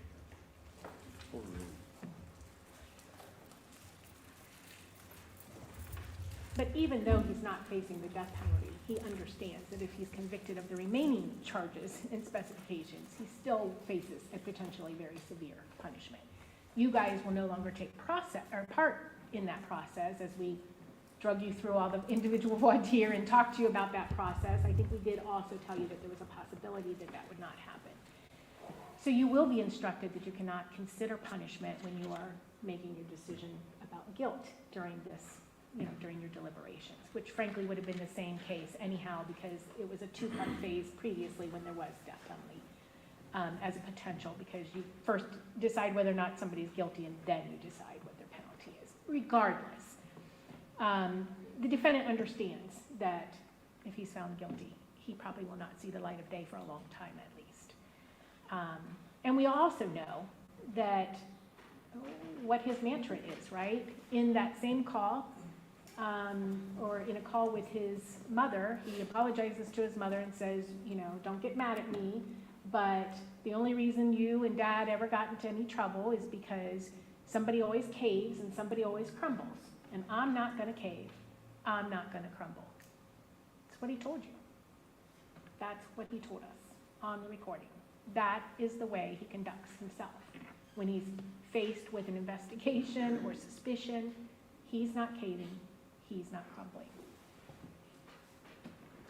So let's talk about not just the lies that he told, but why he told those lies. And keep in mind that unlike Angela, who does not have Jake's proffer, Jake does not have her proffer, the defendant certainly does. That's part of discovery. He's got to have it. He tells you, or you were told in opening statements. Now, opening statements are not evidence, just as closing arguments are not evidence. But you were told in opening statements that Frankie is his best friend. And he repeated that on the stand for you too. We know that's not true. So why? Why does he want you to believe that he and Frankie are best friends? Well, because he thinks that that's compelling, that if Frankie's my best friend, surely I wouldn't have participated in killing him. And we all know the absurdity of that, right? Because first of all, Billy and Chris, best friends, right? Actual, possible best friends, at least saw each other a lot. Whereas we know that the defendant acknowledged at the border, and I asked him about this on the stand, that when Frankie turned 16, he and the defendant drifted apart. Those were his words, drifted apart. Not, we're still best friends. It was drifted apart. We also know there's a 4.5-year age difference between the defendant and Frankie. We also know that Frankie turned 16 in 2012. That's 4 years prior to the homicides. So again, the veracity of that statement that he is best friends, he indicated that he had never met Hannah Hazel. He didn't know the name. He didn't know Ruger's name, the name of Frankie's youngest son. So again, how good friends are you if you don't even know somebody you've been with for at least 15 months, right? And you also heard from Chelsea that there was a rift between them because George had reached out to Chelsea at some point. And he admitted on the stand that there are no phone messages to be found, no Facebook messages to be found between them. He, of course, denies knowing or actually being the one that blocked Frankie on Facebook, but the fact remains, Frankie is blocked on the defendant's Facebook. So again, not only did he lie, but why is he lying? Again, because he thinks if he can convince you that Frankie was his best friend and Hannah was like a little sister to him, that there's no way he could be a suspect in this. He also told you that he ran away when he was 16, and that ever since then he's been trying to get away from this terrible family of his, this terrible family who he recognizes as terrible, and he wants no part of. So again, let's line that up with what we know to be true. First of all, his version of running away, nobody else ever talked about, right? He didn't ask his mom about it. They didn't ask Jake about it. They didn't ask Chris Newcomb about it. They didn't ask the pastor about it. Nobody else on the planet says that George ran away when he was 16, but the running away involved him driving down the interstate to Kentucky and realizing he didn't have enough money for gas or enough gas in the tank, and he turned around and came back. I can't imagine that there are too many of us sitting here that have not tried something similar where you run away from home because you're upset with your parents. He didn't say he was upset with them because of the terrible things they were doing with their life. It was because they were telling him to stop doing terrible things with his life because he was out all night doing things that his mother didn't approve of. And he didn't like to be told not to do those things. trying to get away ever since, that's just malarkey. I mean, that's just not true. They bought Peterson Road together. They moved to Alaska together. Both of those homes were in George's name. They tried to go to Missouri together. That was George's find. George was researching R&L and wanted to move to Missouri when he thought that they could get jobs there and find a place to live, until the loan fell through. And then they moved to Ohio together. They worked together every step of the way. You heard that Jake and George worked together in Alaska. You know, the same owner of the garage there, Buddy's Garage, wrote identical language regarding Jake too. You know, what a great worker he was. And in 2018, we have him telling his mother on the recording that he wants to move out west with her and Jake and the kids, someplace far away where they can just live peacefully with one another. So again, the idea that he's been trying to get away from them ever since he turned 16 is a lie. It's just a lie. Why? Why is he lying? Again, because he's got to put some distance between him and the other two that have confessed, right? He can't be associated with them anymore, because otherwise you might think that he participated in this crime. And he certainly wasn't disgusted with them in any way.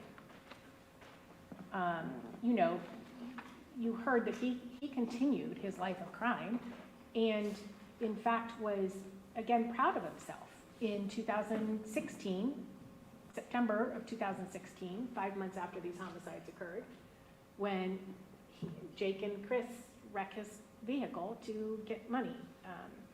So again, it's not that he, you know, recognized the error of his life and the life of crime that his family was leading. That was not the case at all. He also said in opening statements that Jake was the favorite child. And again, we know that he did not say that at the border. I asked him about that when he was on the stand. And his response to the agents, and again, was that his mom has never given him a reason to think that Jake is the favorite child. So, again, why does he want you to think that? Because then maybe that makes it more likely that Jake and Angela were in on something that he was cut out of.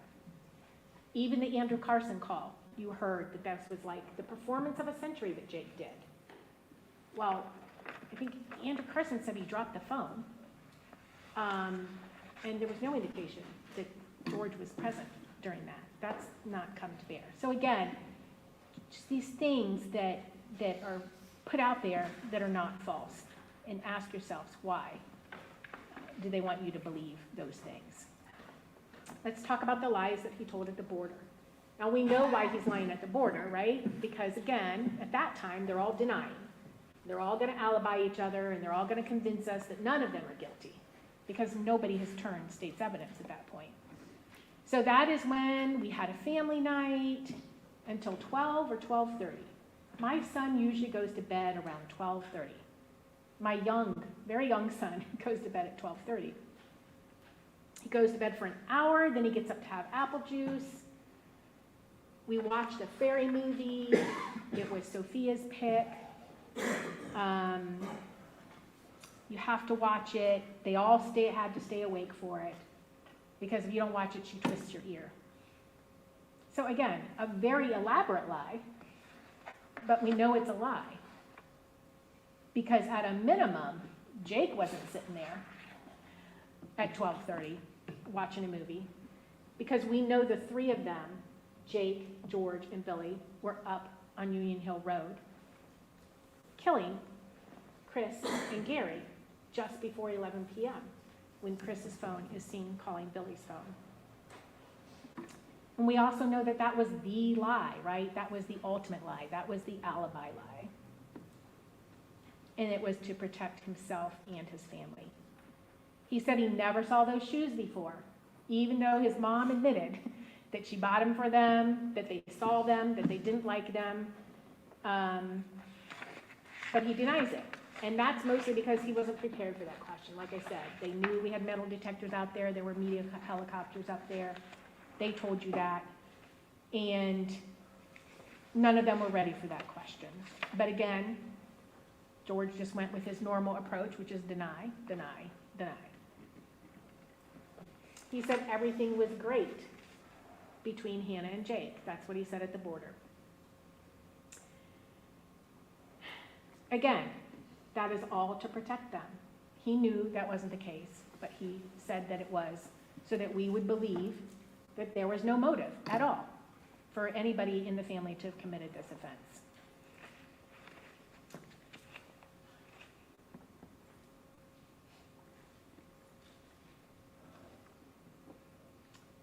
He said his family, and specifically his dad, was not involved in any of the drug operations, drug grows, drug trafficking, drug anything with Chris Sr., that he did not know about it. Again, he gave a very elaborate lie and said,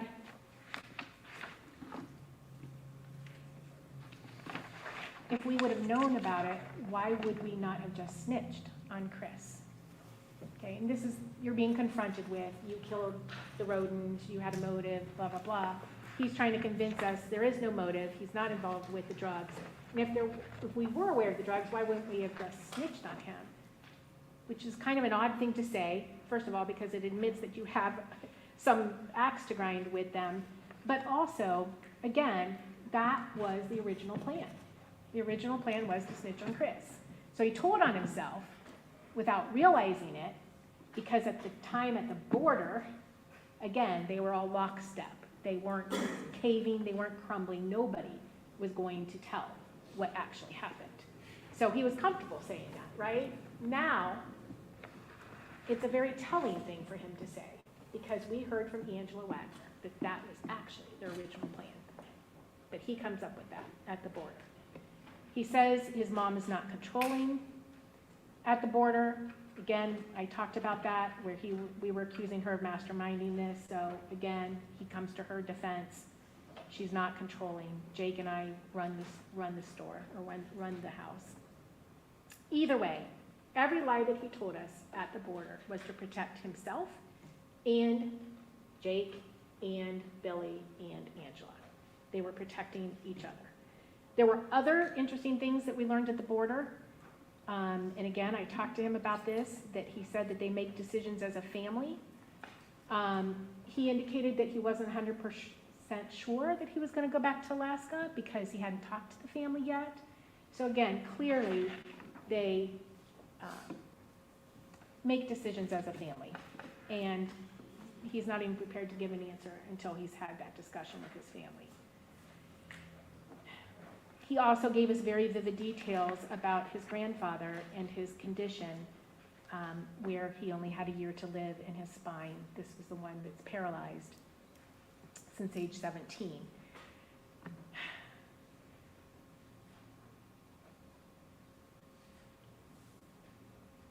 And that comes back again once he takes the stand. And again, he goes overboard stressing that his mom lives with him and not the other way around. So then we get to the lies he told us when we were listening to him, right? And he knew we were listening to him. He knew so much that we were listening to him that he said, "I know you're listening to us, Ryan." Ryan being Special Agent Scheider. So he knew that. And you heard Jake and Angela say that they would try to throw the conversation so that we wouldn't hear anything incriminating, and in fact, hopefully hear something that was somewhat exculpatory. The gun list, again, we talked about this. Why is that important, that we think that that gun list is a wish list? Because the SKS then is in his hands, and one of the other murder weapons is also on that list. He also continues to go to some length saying that Jake did not even have a 1911. And again, this is important to convince us, because not only does he know they were used in the homicides, But if we don't think it's a wish list, if we think it's actually an inventory, then where is the 1911, right? They need to hand it over to us and say, go ahead, test fire it. You are not going to find anything because this is not the gun that did it. Same with the SKS. They no longer have it because they destroyed it. You saw, they destroyed it. So again, he goes overboard trying to convince us that this is a wish list. He says it, I think, about 5 times in that one conversation. Again, the lie is to protect himself and his family. The custody documents, again, we learned in the recordings that he reminded Rita about, how these were re-upped in April.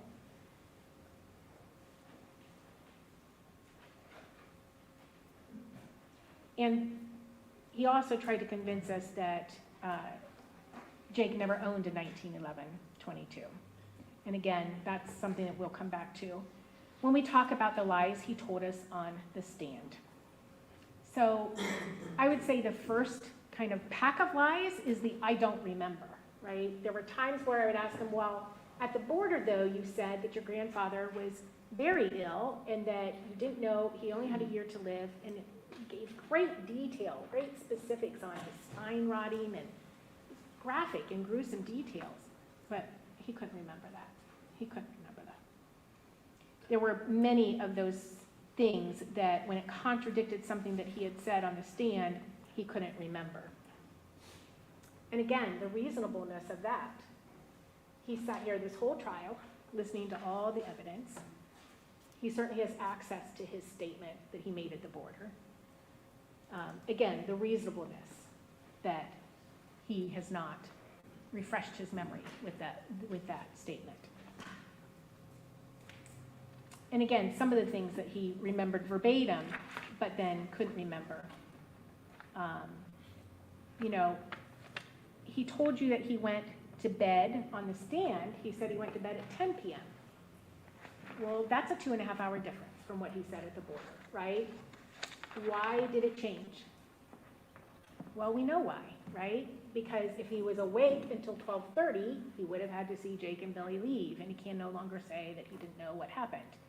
So now he's saying he was lights out at 10 p.m. Of course, he also is the same person and then slept in until 8 or 9 the next morning. I want you to remember, this is the same guy that bragged to us about how he lives on 1 or 2 hours of sleep a night, right? I mean, he drives and then he hunts all night or scraps all day, and literally said that he was living off of 1 and 2 hours of sleep a night. Yet, he wants you to believe that he went to bed at 10 o'clock and then get up until 8 or 9 the next day. That's more than 10 hours of sleep that night. Suddenly, it goes from 12:30 to 10 p.m. Again, because he can't put himself as being awake at the time. Of course, that lie doesn't work either, right? You're asleep at 10 o'clock or you go to your bed at 10 o'clock, you don't fall asleep right away. He also told us he has a habit of Facebooking for about an hour when he goes to bed. He also says his son gets up an hour later, so he, presumably would have gotten up. He also tells you that there's no way anybody could leave the house without him knowing. That he admitted that he said that at the border at least 15 times. That there's no way anybody could have left that night without him knowing. No way. But now he wants you to believe that that's exactly what happened. That he just dove into bed, went immediately to sleep, and is oblivious. And so that gave Jake and Billy, presumably, less than an hour to get out to the barn. So they would have had to just, as soon as he shut his door, just, run out to the barn and get in the truck and go up there. So again, why does he change that lie? Why does he lie about that?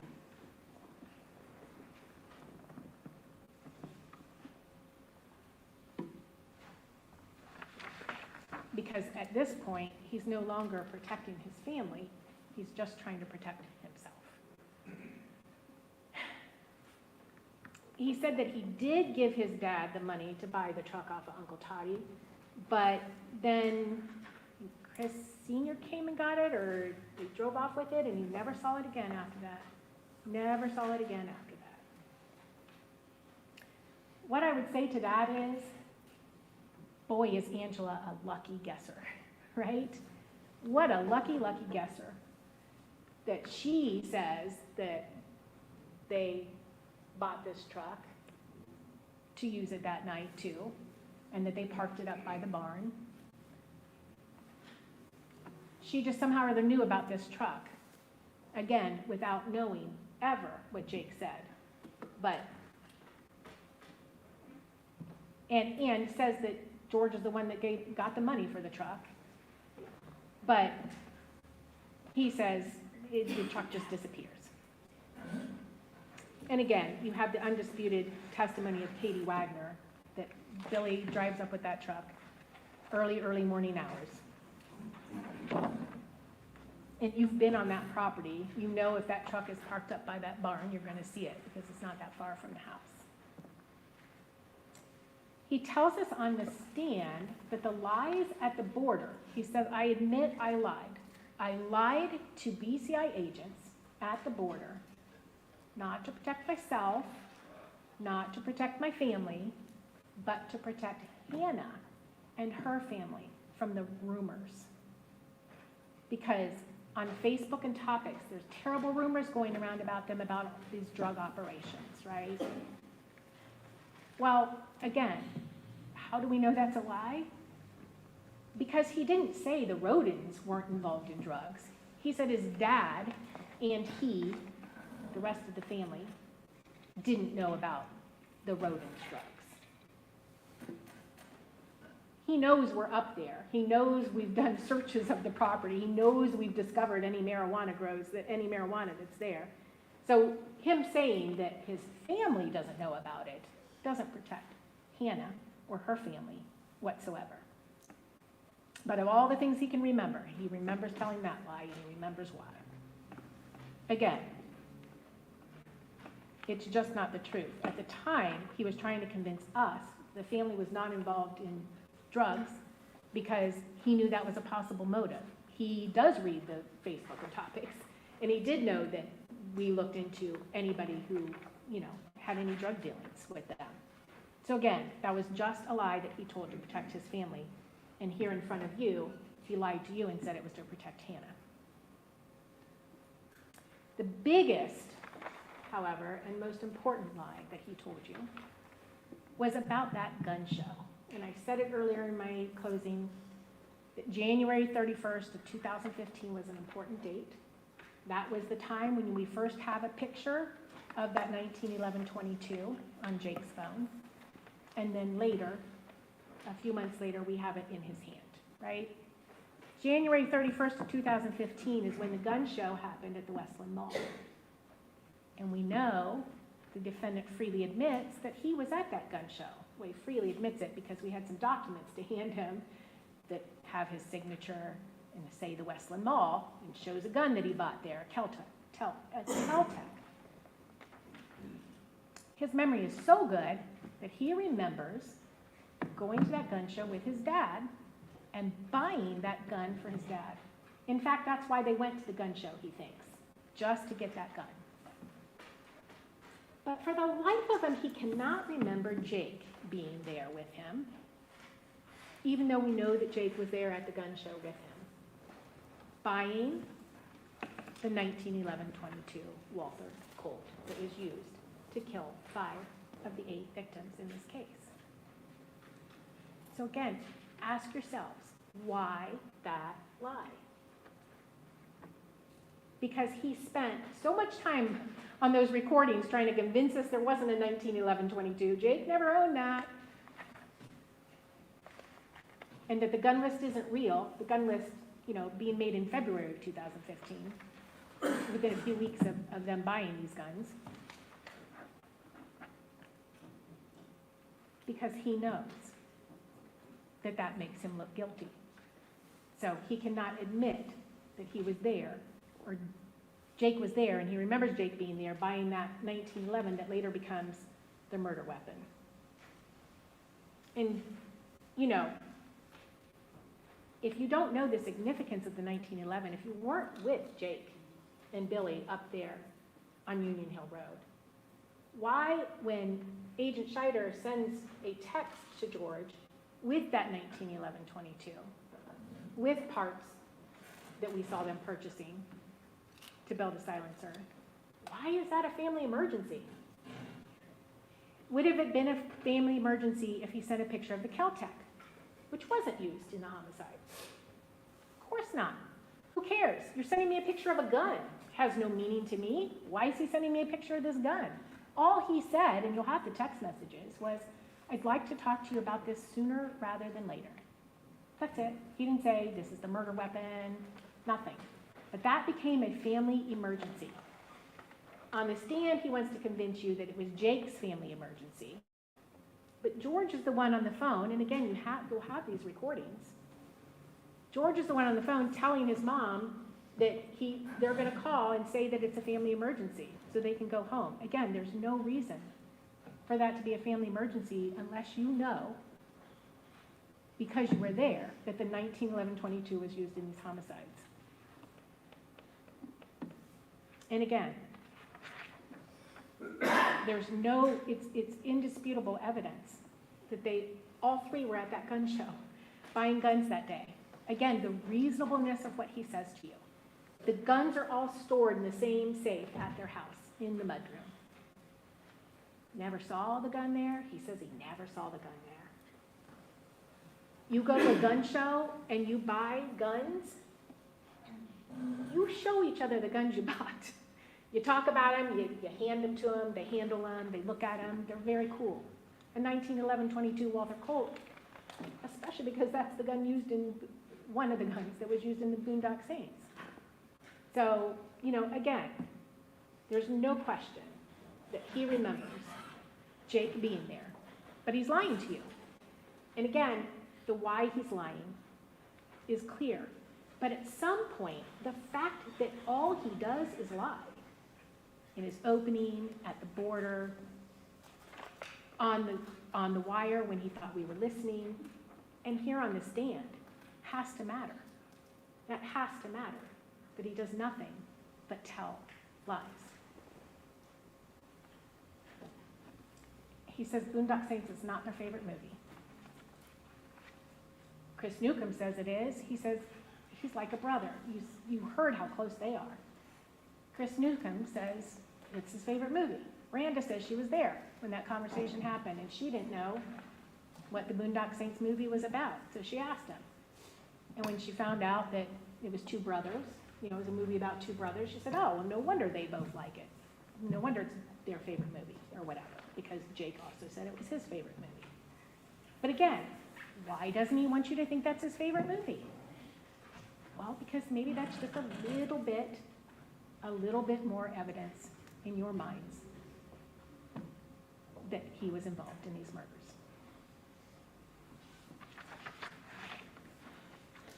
Angela says that they would quote that movie, etc.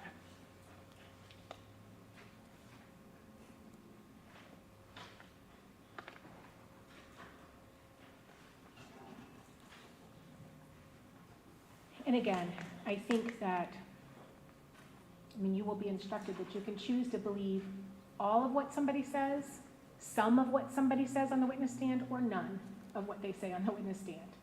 And I would suggest to you that that is what you should do regarding the defendant's testimony. I think you should disregard all of it.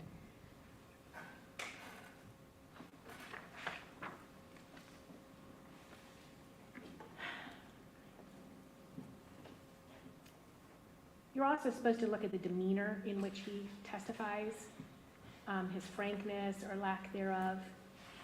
Again, just things that were noticeable. He talked about how Jake and Angela thought they were better than everybody else.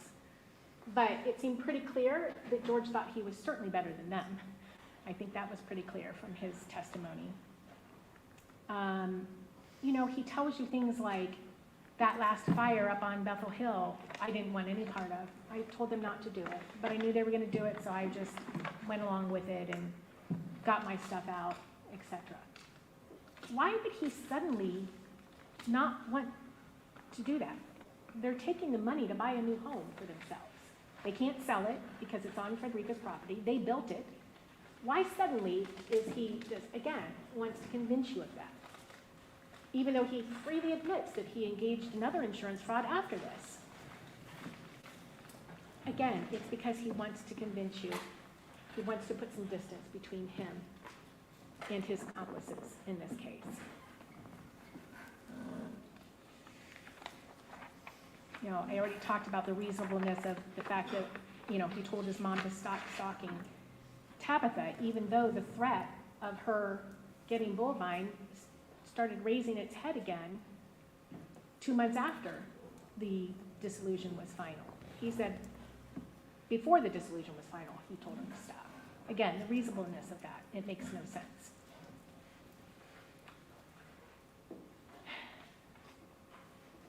The fact he says that he was not aware of any rift between Hannah and Jake, but then you hear from Angela, who again says that not only do they have family meetings, but sometimes if they're, you know, talking in one room and somebody else, you know, everybody weighs in on it, right? I mean, this is how they spend their time. And she tells you specifically that she had a talk with Jake and George about whether they were okay with this. And we talked about that. And she said that they said yes, they had to do this in order to protect Sophia.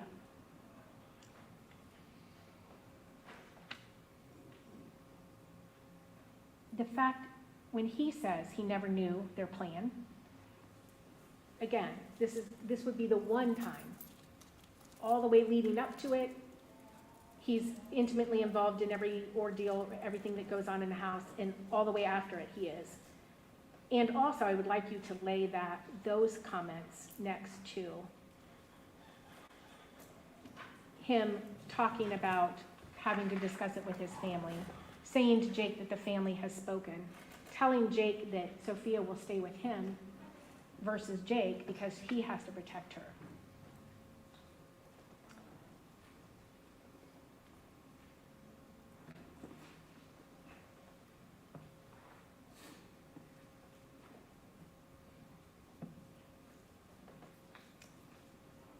So what did we learn from Angela, and are her statements corroborated?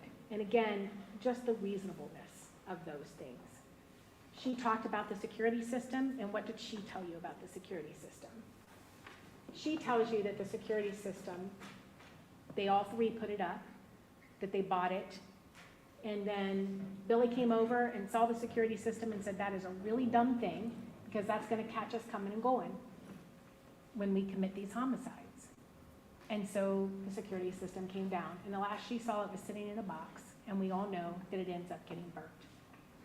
That is far more reasonable and rational than the story that George tells you about that security system, because he tells you the security system goes to his grandpa. And then how does that DVR end up burnt in the burn pile at Peterson Road if it's at his grandfather's? Would they go and take it back just to bring it home to burn it? That makes no sense.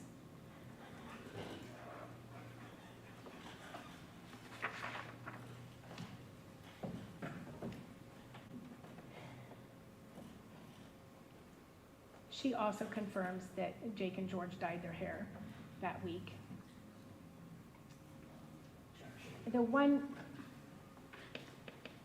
thing that they have failed to do, when the defendant took the stand, we can very easily demonstrate his lies. I've just walked through some of those with you, whether it's because it changed from what he said at the border, whether he simply just said things that are unsupported by facts and in fact contradicted by facts. But they have not proven that anything that Jake or Angela said was a lie. There's been nothing that contradicts them. In fact, again, they're consistent with one another and consistent with the evidence. And they've also not given you any motive why they would both come in here and lie to you. Again, point a finger at the defendant if he's perfectly innocent in this case. Frankly, the defendant himself vouches for the credibility of Jake, right? I mean, he talked about the fact that Jake's honesty has always gotten him in trouble. He did not say his lies get me in trouble. He did not say, you're always lying on me, Jake. That never came out of his mouth, not on the recordings and not on the stand. He said it's his honesty that gets us in trouble, because he'd always confess to mom or dad when they did something they weren't supposed to do. He'd go do it with them, but then he would come back and tell, and they'd get in trouble. And he specifically said he was upset with him for not destroying the laptop that we see all the screenshots on, the custody document print spool, the Google searches for salvage catcher, the lots and lots of evidence. And Jake's phone has the gun list. The laptop has the backups that have the 1911-22 in Jake's hands. So, but then he comes in here and tells you, well, that's because I thought that you were framing him or some such thing. Again, he knew full well the damaging nature of all those items.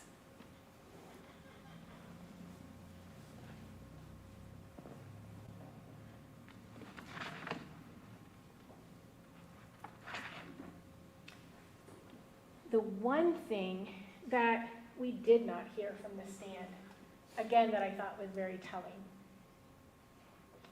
Mr. Parker asked him, what did you think?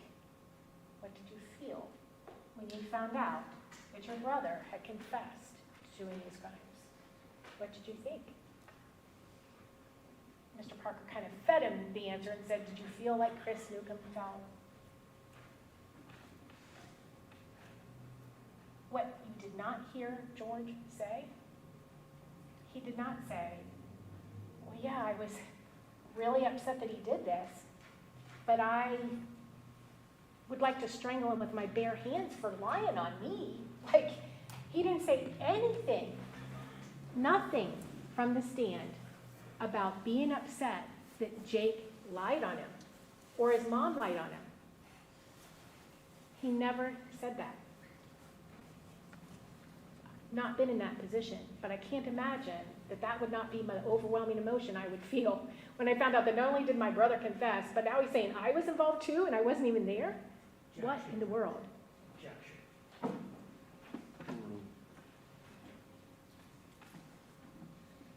So again, the reasonableness of what he says and also what he doesn't say. He also says that he now believes that Jake and his mother were involved in these murders. But again, how can he?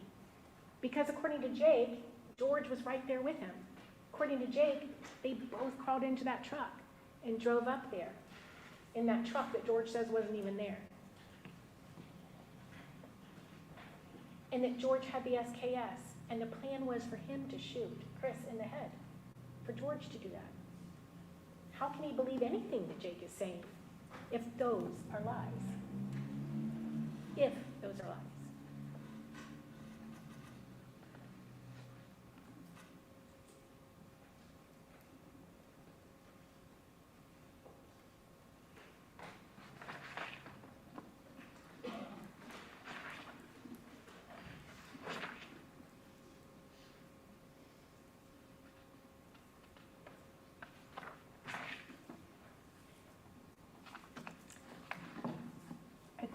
This time, I'm going to go through the charges with you. We did this during opening statements a little bit, just so you could know what kind of evidence to look for.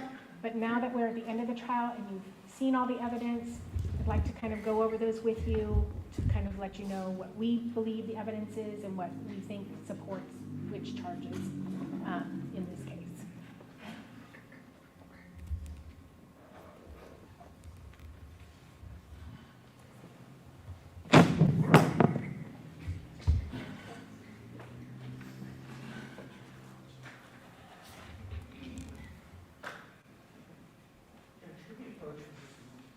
Yes.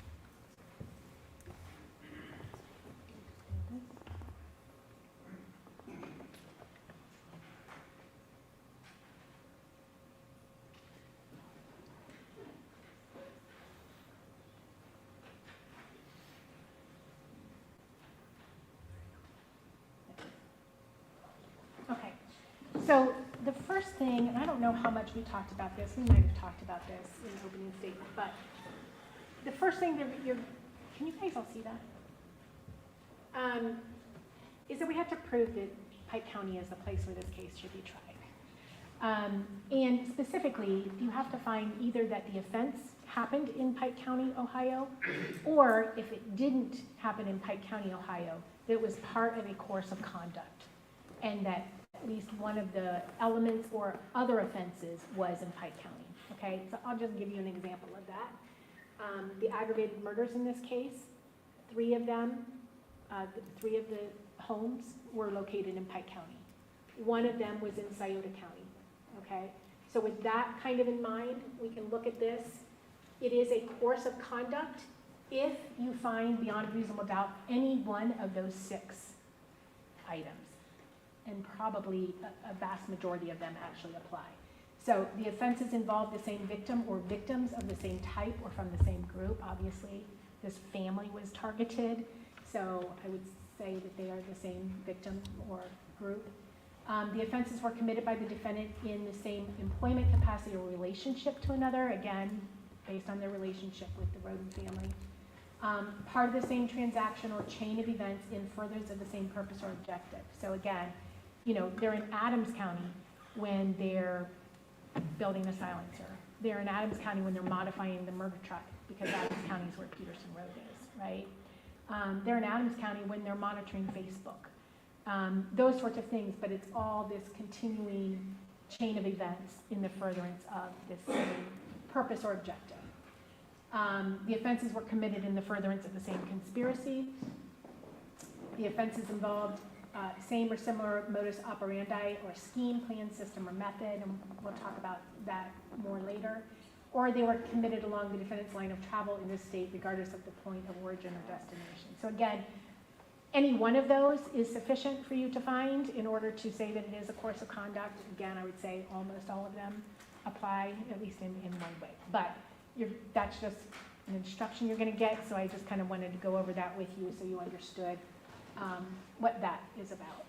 And that applies to each count. You know, for each count, you'll have to say, yes, this happened in Pike County, or if it didn't happen in Pike County, it was part of a continued course of conduct where at least one of the offenses or elements is in Pike County. Okay, we already talked about this, so I'm not going to go over this again with you. That's just the weighing of a witness testimony.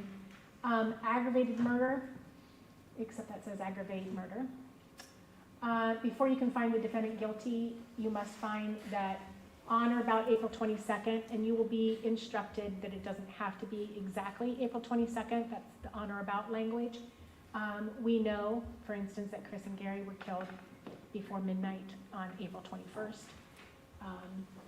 But on or about April 22nd of 2016 in Pike County, or as a part of course of criminal conduct involving an offense, same thing that I just talked about, the defendant purposely and with prior calculation and design caused the death of, and obviously that will change depending on which count it is. Count 1 is Kenneth.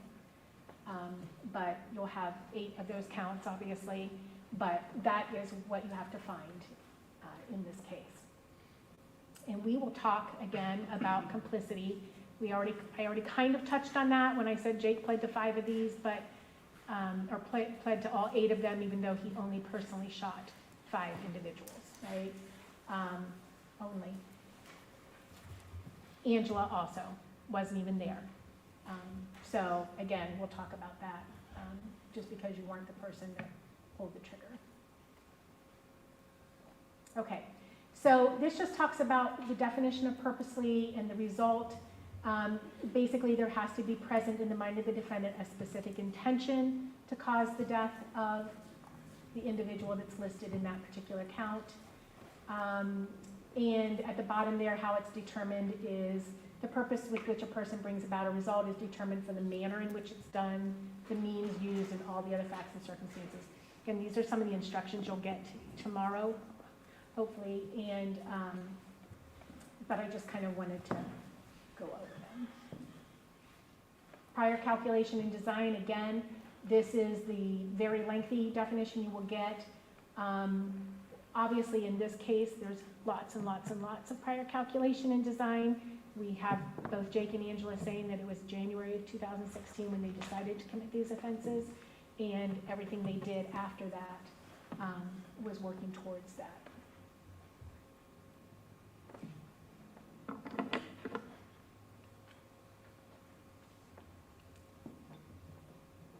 And then we have specifications. So these are just the firearm specifications. Specification 1 will be the same no matter what count it's attached to.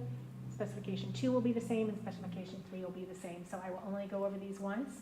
But specification 1 is just that you had a firearm on your person or under your control when you committed these offenses.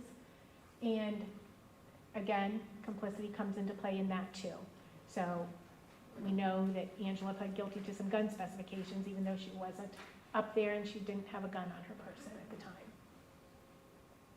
Specification 2 is that the defendant had a firearm on or about his person or under his control while committing this offense, and in this case aggravated murder, and displayed the firearm, indicated he possessed it or used it to facilitate the offense of aggravated murder. Obviously, the guns were used. Specification 3 is regarding the silencer that was attached both to the SKS and to the 1911.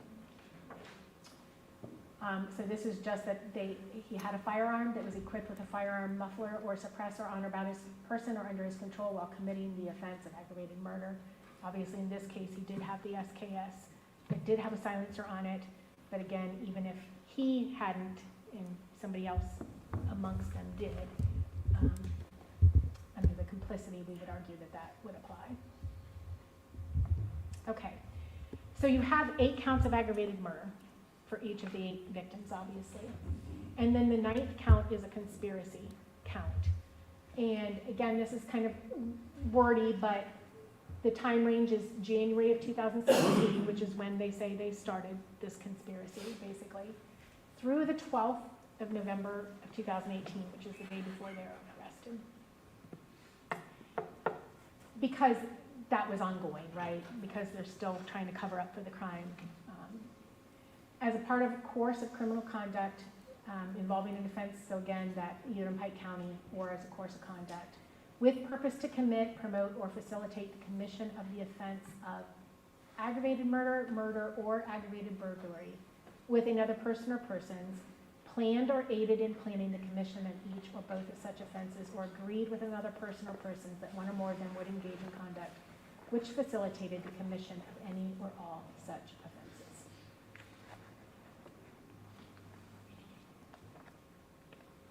So any one of those, aggravated murder, murder, or aggravated burglary.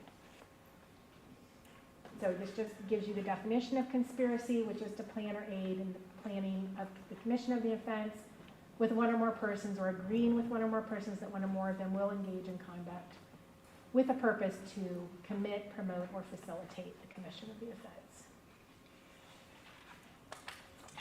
This is substantial overt act. So a person cannot be convicted of conspiracy unless there is a substantial overt act in furtherance of conspiracy done by the defendant or by a person with whom the defendant conspired, and that such act was performed after they entered into the conspiracy.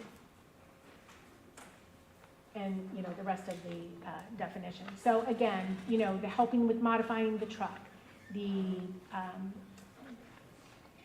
putting on a mask, putting on shoes, you know, being present and knowledgeable about the purchase of the shoes. We heard him say on the wire that the bug detector was his. We know that his credit card was used. Angela said that she bought it, but on the wire, George claimed that as his. So. Objection.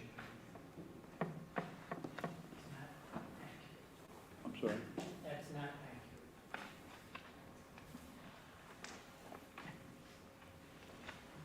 There's a, I don't care, go ahead. Well, again, I don't know, are these reflecting instructions that the court has been over with counsel or not?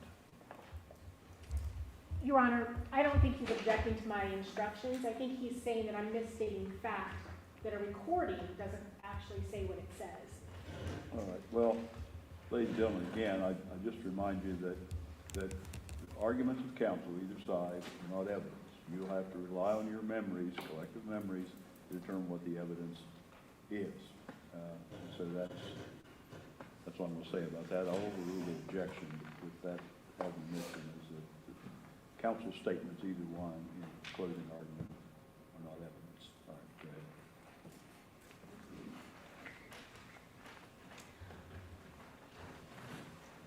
We also have purchases of the tool ammo in March of 2016 and the magazine for the SKS. And again, that was something that Jake was unaware of. I think you can probably remember when he testified, he had no knowledge of that being purchased. So again, that was purchased with cash with Jake's rewards card. You heard the defendant talk about how he has made purchases. I think his dad bought the scope for him for his AR, using cash with Jake's rewards card. So just because Jake's rewards card's being used doesn't mean Jake's there. Anyhow, so other overt acts, obviously getting into the truck, putting on clothing, putting on a ski mask, putting on gloves that night, going up there, helping to drag bodies, or be lookouts, or protect him from anybody who came out of one of the rooms when he was in a different room, helping to destroy the evidence and conceal the evidence afterwards. Okay, so this is just, a list of some of those things that, forging the documents, monitoring social media accounts,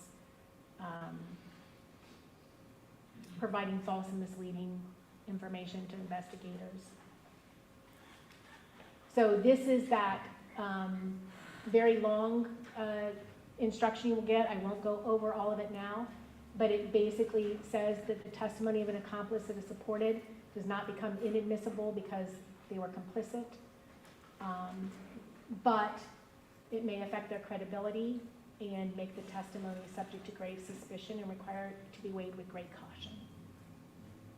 And then it's for you, in light of all the facts presented to you from the witness stand, to determine its value or worth or credibility.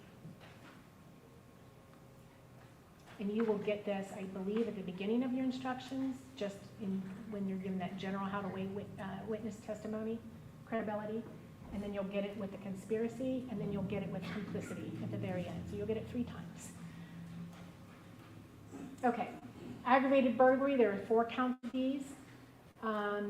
Before you can find him guilty, again, April 22nd, doesn't have to be the precise date, either in Pike County or as part of a course of criminal conduct involving an offense or element of offense that occurred in Pike County with the purpose to commit the offense of either aggravated murder or tampering with evidence, did trespass by force, stealth, or deception in an occupied structure, and this particular one is the 1084 left fork road.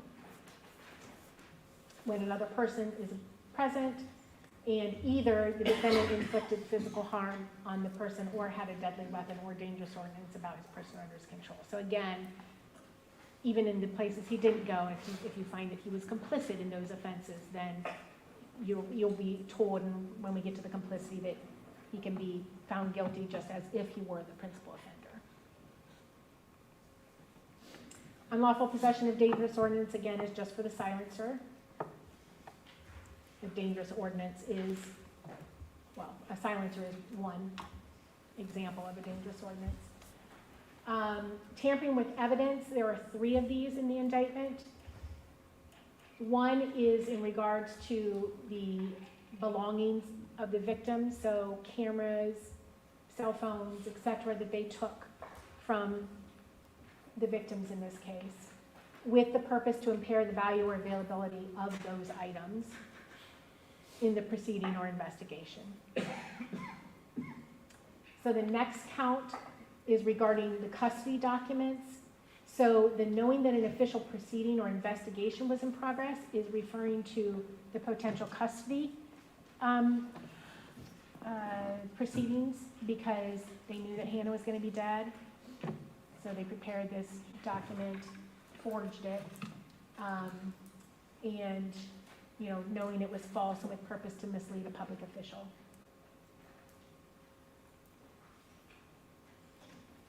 And this last count then is for destroying their own items, right? The silencer that ends up in the cistern, the tool ammo that ends up in the cistern, everything else that ends up in the concrete buckets at the bottom of the lake. The things that they, dug the hole in the barn to bury temporarily. Any of the home security system that ends up in the burn pit. That's what this count is pertaining to. And then the forgery is back to the custody documents. Specifically, again, it says, forging Hannah Mae's signature basically when she did not authorize that. But also, you see at the very last 3 lines, it says, or forged custody documents that are purported to have been executed at a time or place, or with terms different from what in fact was the case, or to have been a copy of an original when no such original existed. So kind of all of those apply, but certainly, even with George's, they dated it from March of 2015, and that was not when they filled it out. So that is forgery in and of itself. Okay, this is unauthorized use of computer cable or telecommunication property. This is simply for hacking into the Facebook accounts of both Tabitha and Tess and her sister, Tabitha's sister. So, although the only ones we've included there are Tabitha and her mother, Patricia Tess Ruggles. So again, that's a very lengthy one. I won't go through that all, but this is a telecommunications service. The interception of wire, oral, or electronic communications. Again, this also pertains to the Facebook hacking.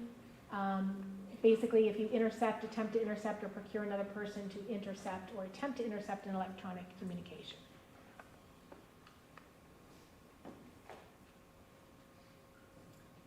Obstructing justice. This is either giving false information to an investigator or asking others to. So this is, you must find beyond a reasonable doubt the defendant with purpose to hinder the discovery, apprehension, prosecution, conviction, or punishment of another. So this is not you're lying to protect yourself. This is you're lying to protect somebody else. We've listed all 3 of his co-defendants there.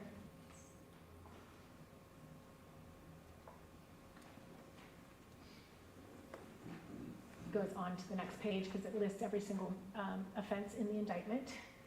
That you either destroyed or concealed physical evidence of the crime, or induced a person to withhold testimony or information, or to elude legal process summoning the person to testify or supply evidence, and or communicated false information to any person. So I would submit that all of those apply as far as destroying and concealing physical evidence of the crime, inducing a person to withhold testimony, or to elude legal process when they got subpoenas for grand jury, and obviously lied to the investigators. By his own admission, he did that. One of the things that you will be instructed on in the obstructing justice is we've included all the offenses, right? So the theory being he lied or had others withhold information and all that stuff in order to facilitate his 3 co-defendants getting away with basically all the other crimes in the indictment. You will have a further finding that you have to make if you find him guilty. Then you have to make a further finding. You have to just circle which offenses you think he was trying to facilitate them getting away with, basically. It could be all of them. It could be some of them. You just have to decide. Okay. Then we have engaging in a pattern of corrupt activity. Again, this is kind of another long-winded one, but again, the preamble as far as the venue goes, but while associated with an enterprise, conducted or participated in directly or indirectly the affairs of the enterprise through a pattern of corrupt activity. So we'll define corrupt activity for you. It's basically just various criminal offenses. And then while associated with an enterprise is also required. So enterprise includes any individual, partnership, limited partnership, or other legal entity, or an organization, association, or group of persons associated in fact, even if they're not a legal entity. And it includes illicit as well as licit enterprises. And again, participation, you're just performing activities necessary or helpful to the operation of the enterprise, whether directly or indirectly, without an element of control. So the state's theory on this is that this family functioned as a criminal enterprise because they committed a lot of crimes together, as a family unit or as a unit. And so we would submit that meets the definition of enterprise. The corrupt activity, there's just a list there, right? It means engaging, attempting to engage, conspiring to engage, or soliciting or coercing or intimidating another person to engage in any of the following. And then there's some offenses listed there, all of which are, contained in the indictment as well. Okay, so the complicity statute, there is a lot of the offenses in this indictment where the state's theory is that the defendant was complicit in that particular crime as opposed to the principal offender, right? So again, I already gave the example of Jake and Angela. Angela wasn't even up there, but she was complicit in the aggravated murders. She was complicit in the aggravated burglaries. Jake obviously was complicit in any of the crimes, but he did not actually commit. He didn't go into Kenneth Roden's house, but he is complicit in the aggravated burglary. He drove his father up there. And we talked about this a little bit, about, the aggravated robber and the getaway driver, and, that person is every bit as culpable as the person who goes in, or the person who, boosts you into the home and you're inside the house when the police come, and your buddy's outside of the house. You're both still guilty of aggravated burglary. So you get the idea on that. But this official definition is that a person who is complicit with another in the commission of a criminal offense is regarded as guilty as if he personally performed every act constituting the offense. This is true even if he did not personally perform every act constituting the offense or was not physically present at the time the offense was committed. So then this is before you can find him guilty, you must find that the defendant, acting with the applicable culpable mental state required for the commission of the respective offense or specification, solicited or procured another to commit the offense, aided or abetted another in committing the offense, or conspired with another to commit the offense. So you're going to see that conspiring, which you have a separate count of conspiracy, but conspiring can also meet the definition of complicity.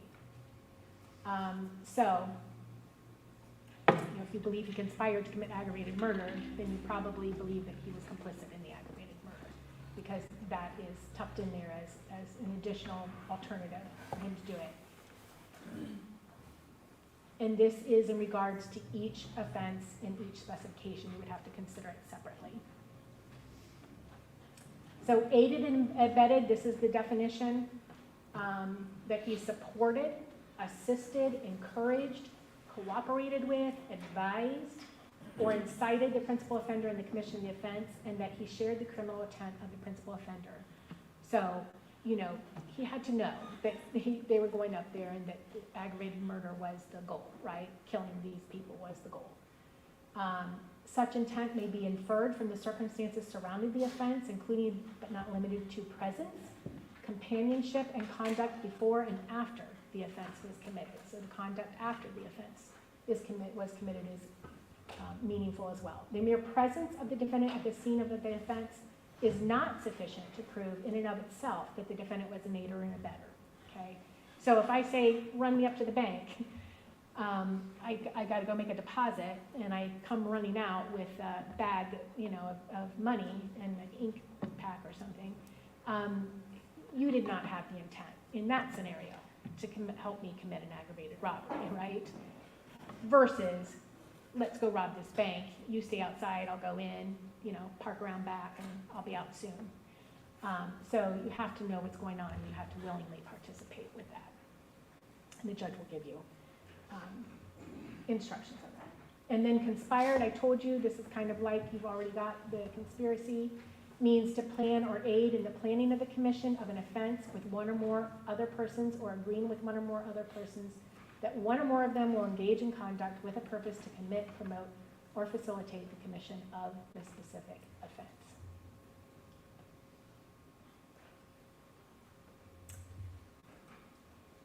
So this is the conclusionary paragraph. If you find that the state has proven to you beyond a reasonable doubt that the defendant was complicit in any one of the offenses, or all of the offenses, or some of the offenses, then your verdict should be guilty as to that count and or as to any specifications that you feel he was complicit in. If you find that the state failed to prove beyond a reasonable doubt that he is either guilty as a principal offender or as a complicitor, then obviously you have to find him not guilty. But for every count in the indictment, he could be found guilty as a principal offender, or he could be found guilty as a complicitor. Your actions are no different. It will look the same on paper for you. It'll just be guilty or not guilty.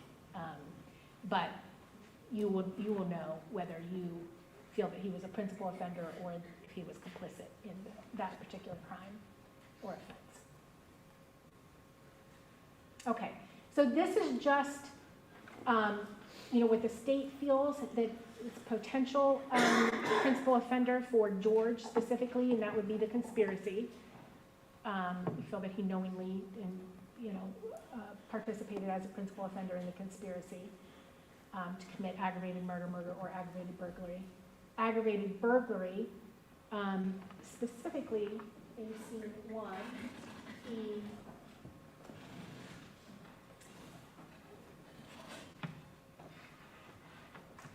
we believe the evidence has shown that he went back into that residence and drugged the bodies back to the bedroom. And keep in mind that aggravated burglary can be for purposes of committing aggravated murder or tampering with evidence.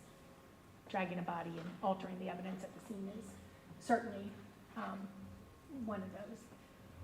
Unlawful possession of a dangerous ordinance, again, because he had that SKS with the silencer.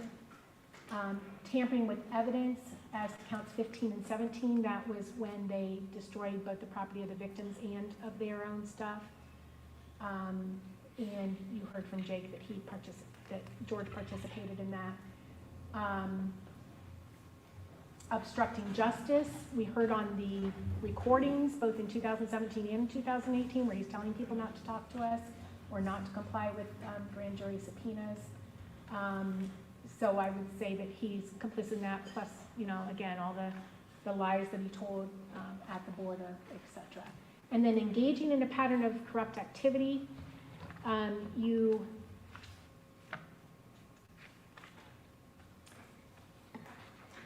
would suggest that that's probably as a principal offender as well.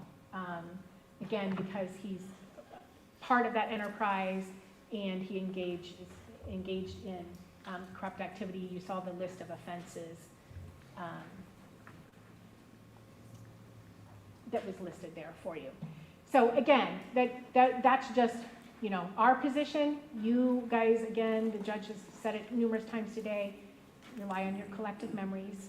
Anything I say is not evidence, and anything anybody else says is not evidence other than what you've heard from the stand during the course of this trial. But you should consider each offense and each specification on the offenses separately. You'll be instructed as that too. Again, you can find him guilty of all the offenses, you can find him guilty of some of them, you can find him guilty of none of them. I mean, that's your, but you should consider each one separately and consider whether you believe he was a principal offender or was complicit in the crime itself.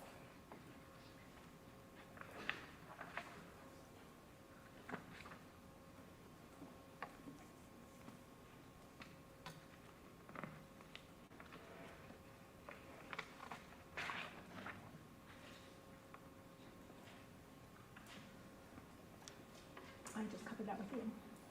So, okay.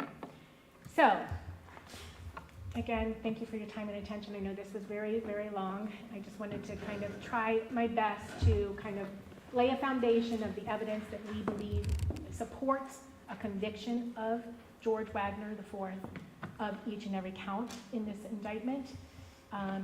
Again, whether he is a principal offender or whether he is complicit in it, he knew what was going to happen. He participated in what happened. He went up there to Union Hill Road on April 21st of 2016, knowing full well what was going to happen, having been told that it was going to be upon him to shoot Chris. Again, he's the one that hunts at night, etc. So you heard a lot about that. And he participated. He was there the entire night. He didn't turn away when Billy pulled over the car and said, ollie, ollie, and come free. Get out now if you don't want to participate. But he stayed the course. And you cannot protect somebody from people that are going to come out of the room or anything else while they are busy killing other people. That makes you complicit in the deaths of the other individuals. Again, I would say to you, based on all the circumstantial evidence, all the direct evidence that we have, specifically and especially the testimony of Jake Wagner, again, that is undisputed and corroborated by physical evidence that we had, physical evidence that we didn't have, and the testimony of Angela Wagner. Likewise, Angela Wagner talked to you about Jake and George and Billy going off and planning, her sometimes being parts of the conversation, her having a direct conversation with George and Jake. Remember her testimony too about how George was having nightmares, and she went to Billy and said we should not have involved Jake and George. We're struggling with this, right? Again, that's not something you make up. That's not made up testimony. That's something that actually happened, that she as a mother knows that she should not have done to her sons. I would submit to you that, again, the one thing that George said that was the truth is that Jake's honesty gets him in trouble, and that is exactly what has happened in this case. And I'm not here to say that Jake Wagner is a hero by any stretch of the imagination. He is a despicable, vile human being, if we can use human being to describe him. There is nothing on this planet that excuses what happened that night. Nothing. But the difference between him and his brother is that he at least came forward and he at least gave this family something they didn't have before that time. George said to Jake, the family has spoken. I would say the family has spoken.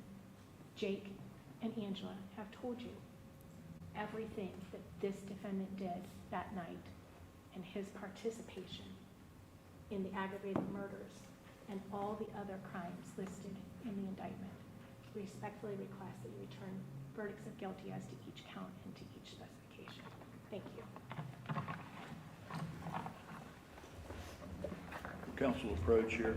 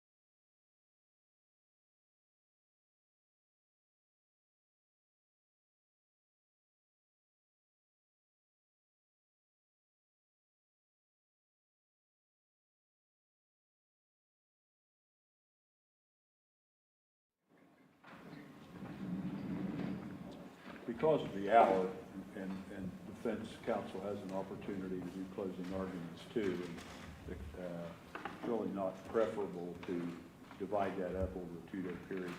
We're going to recess today.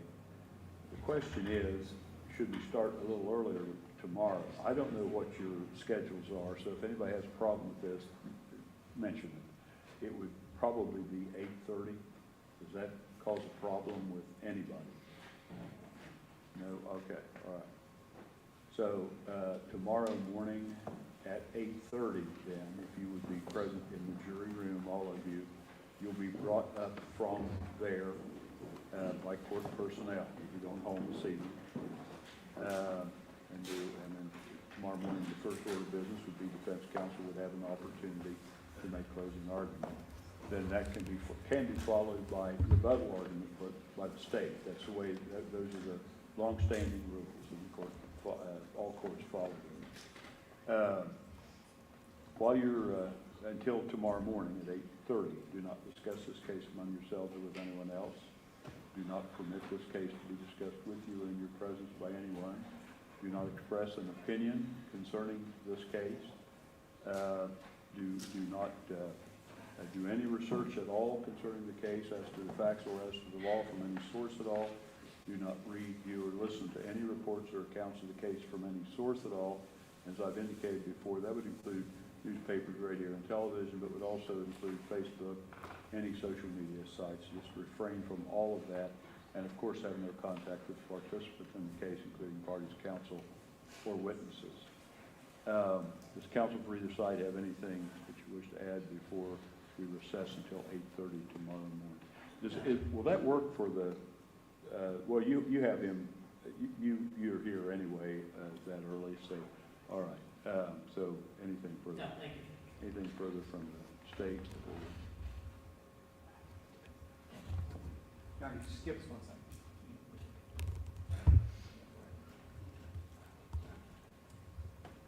Can we approach? Sure.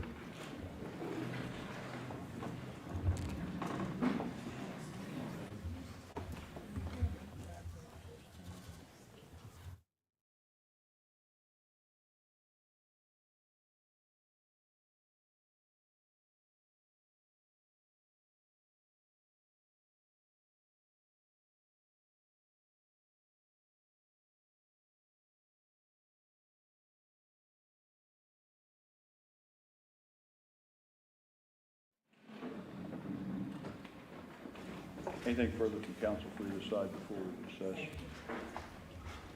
Then we are in recess until 8:30 tomorrow. Keep your notepads on your seats or your badges on.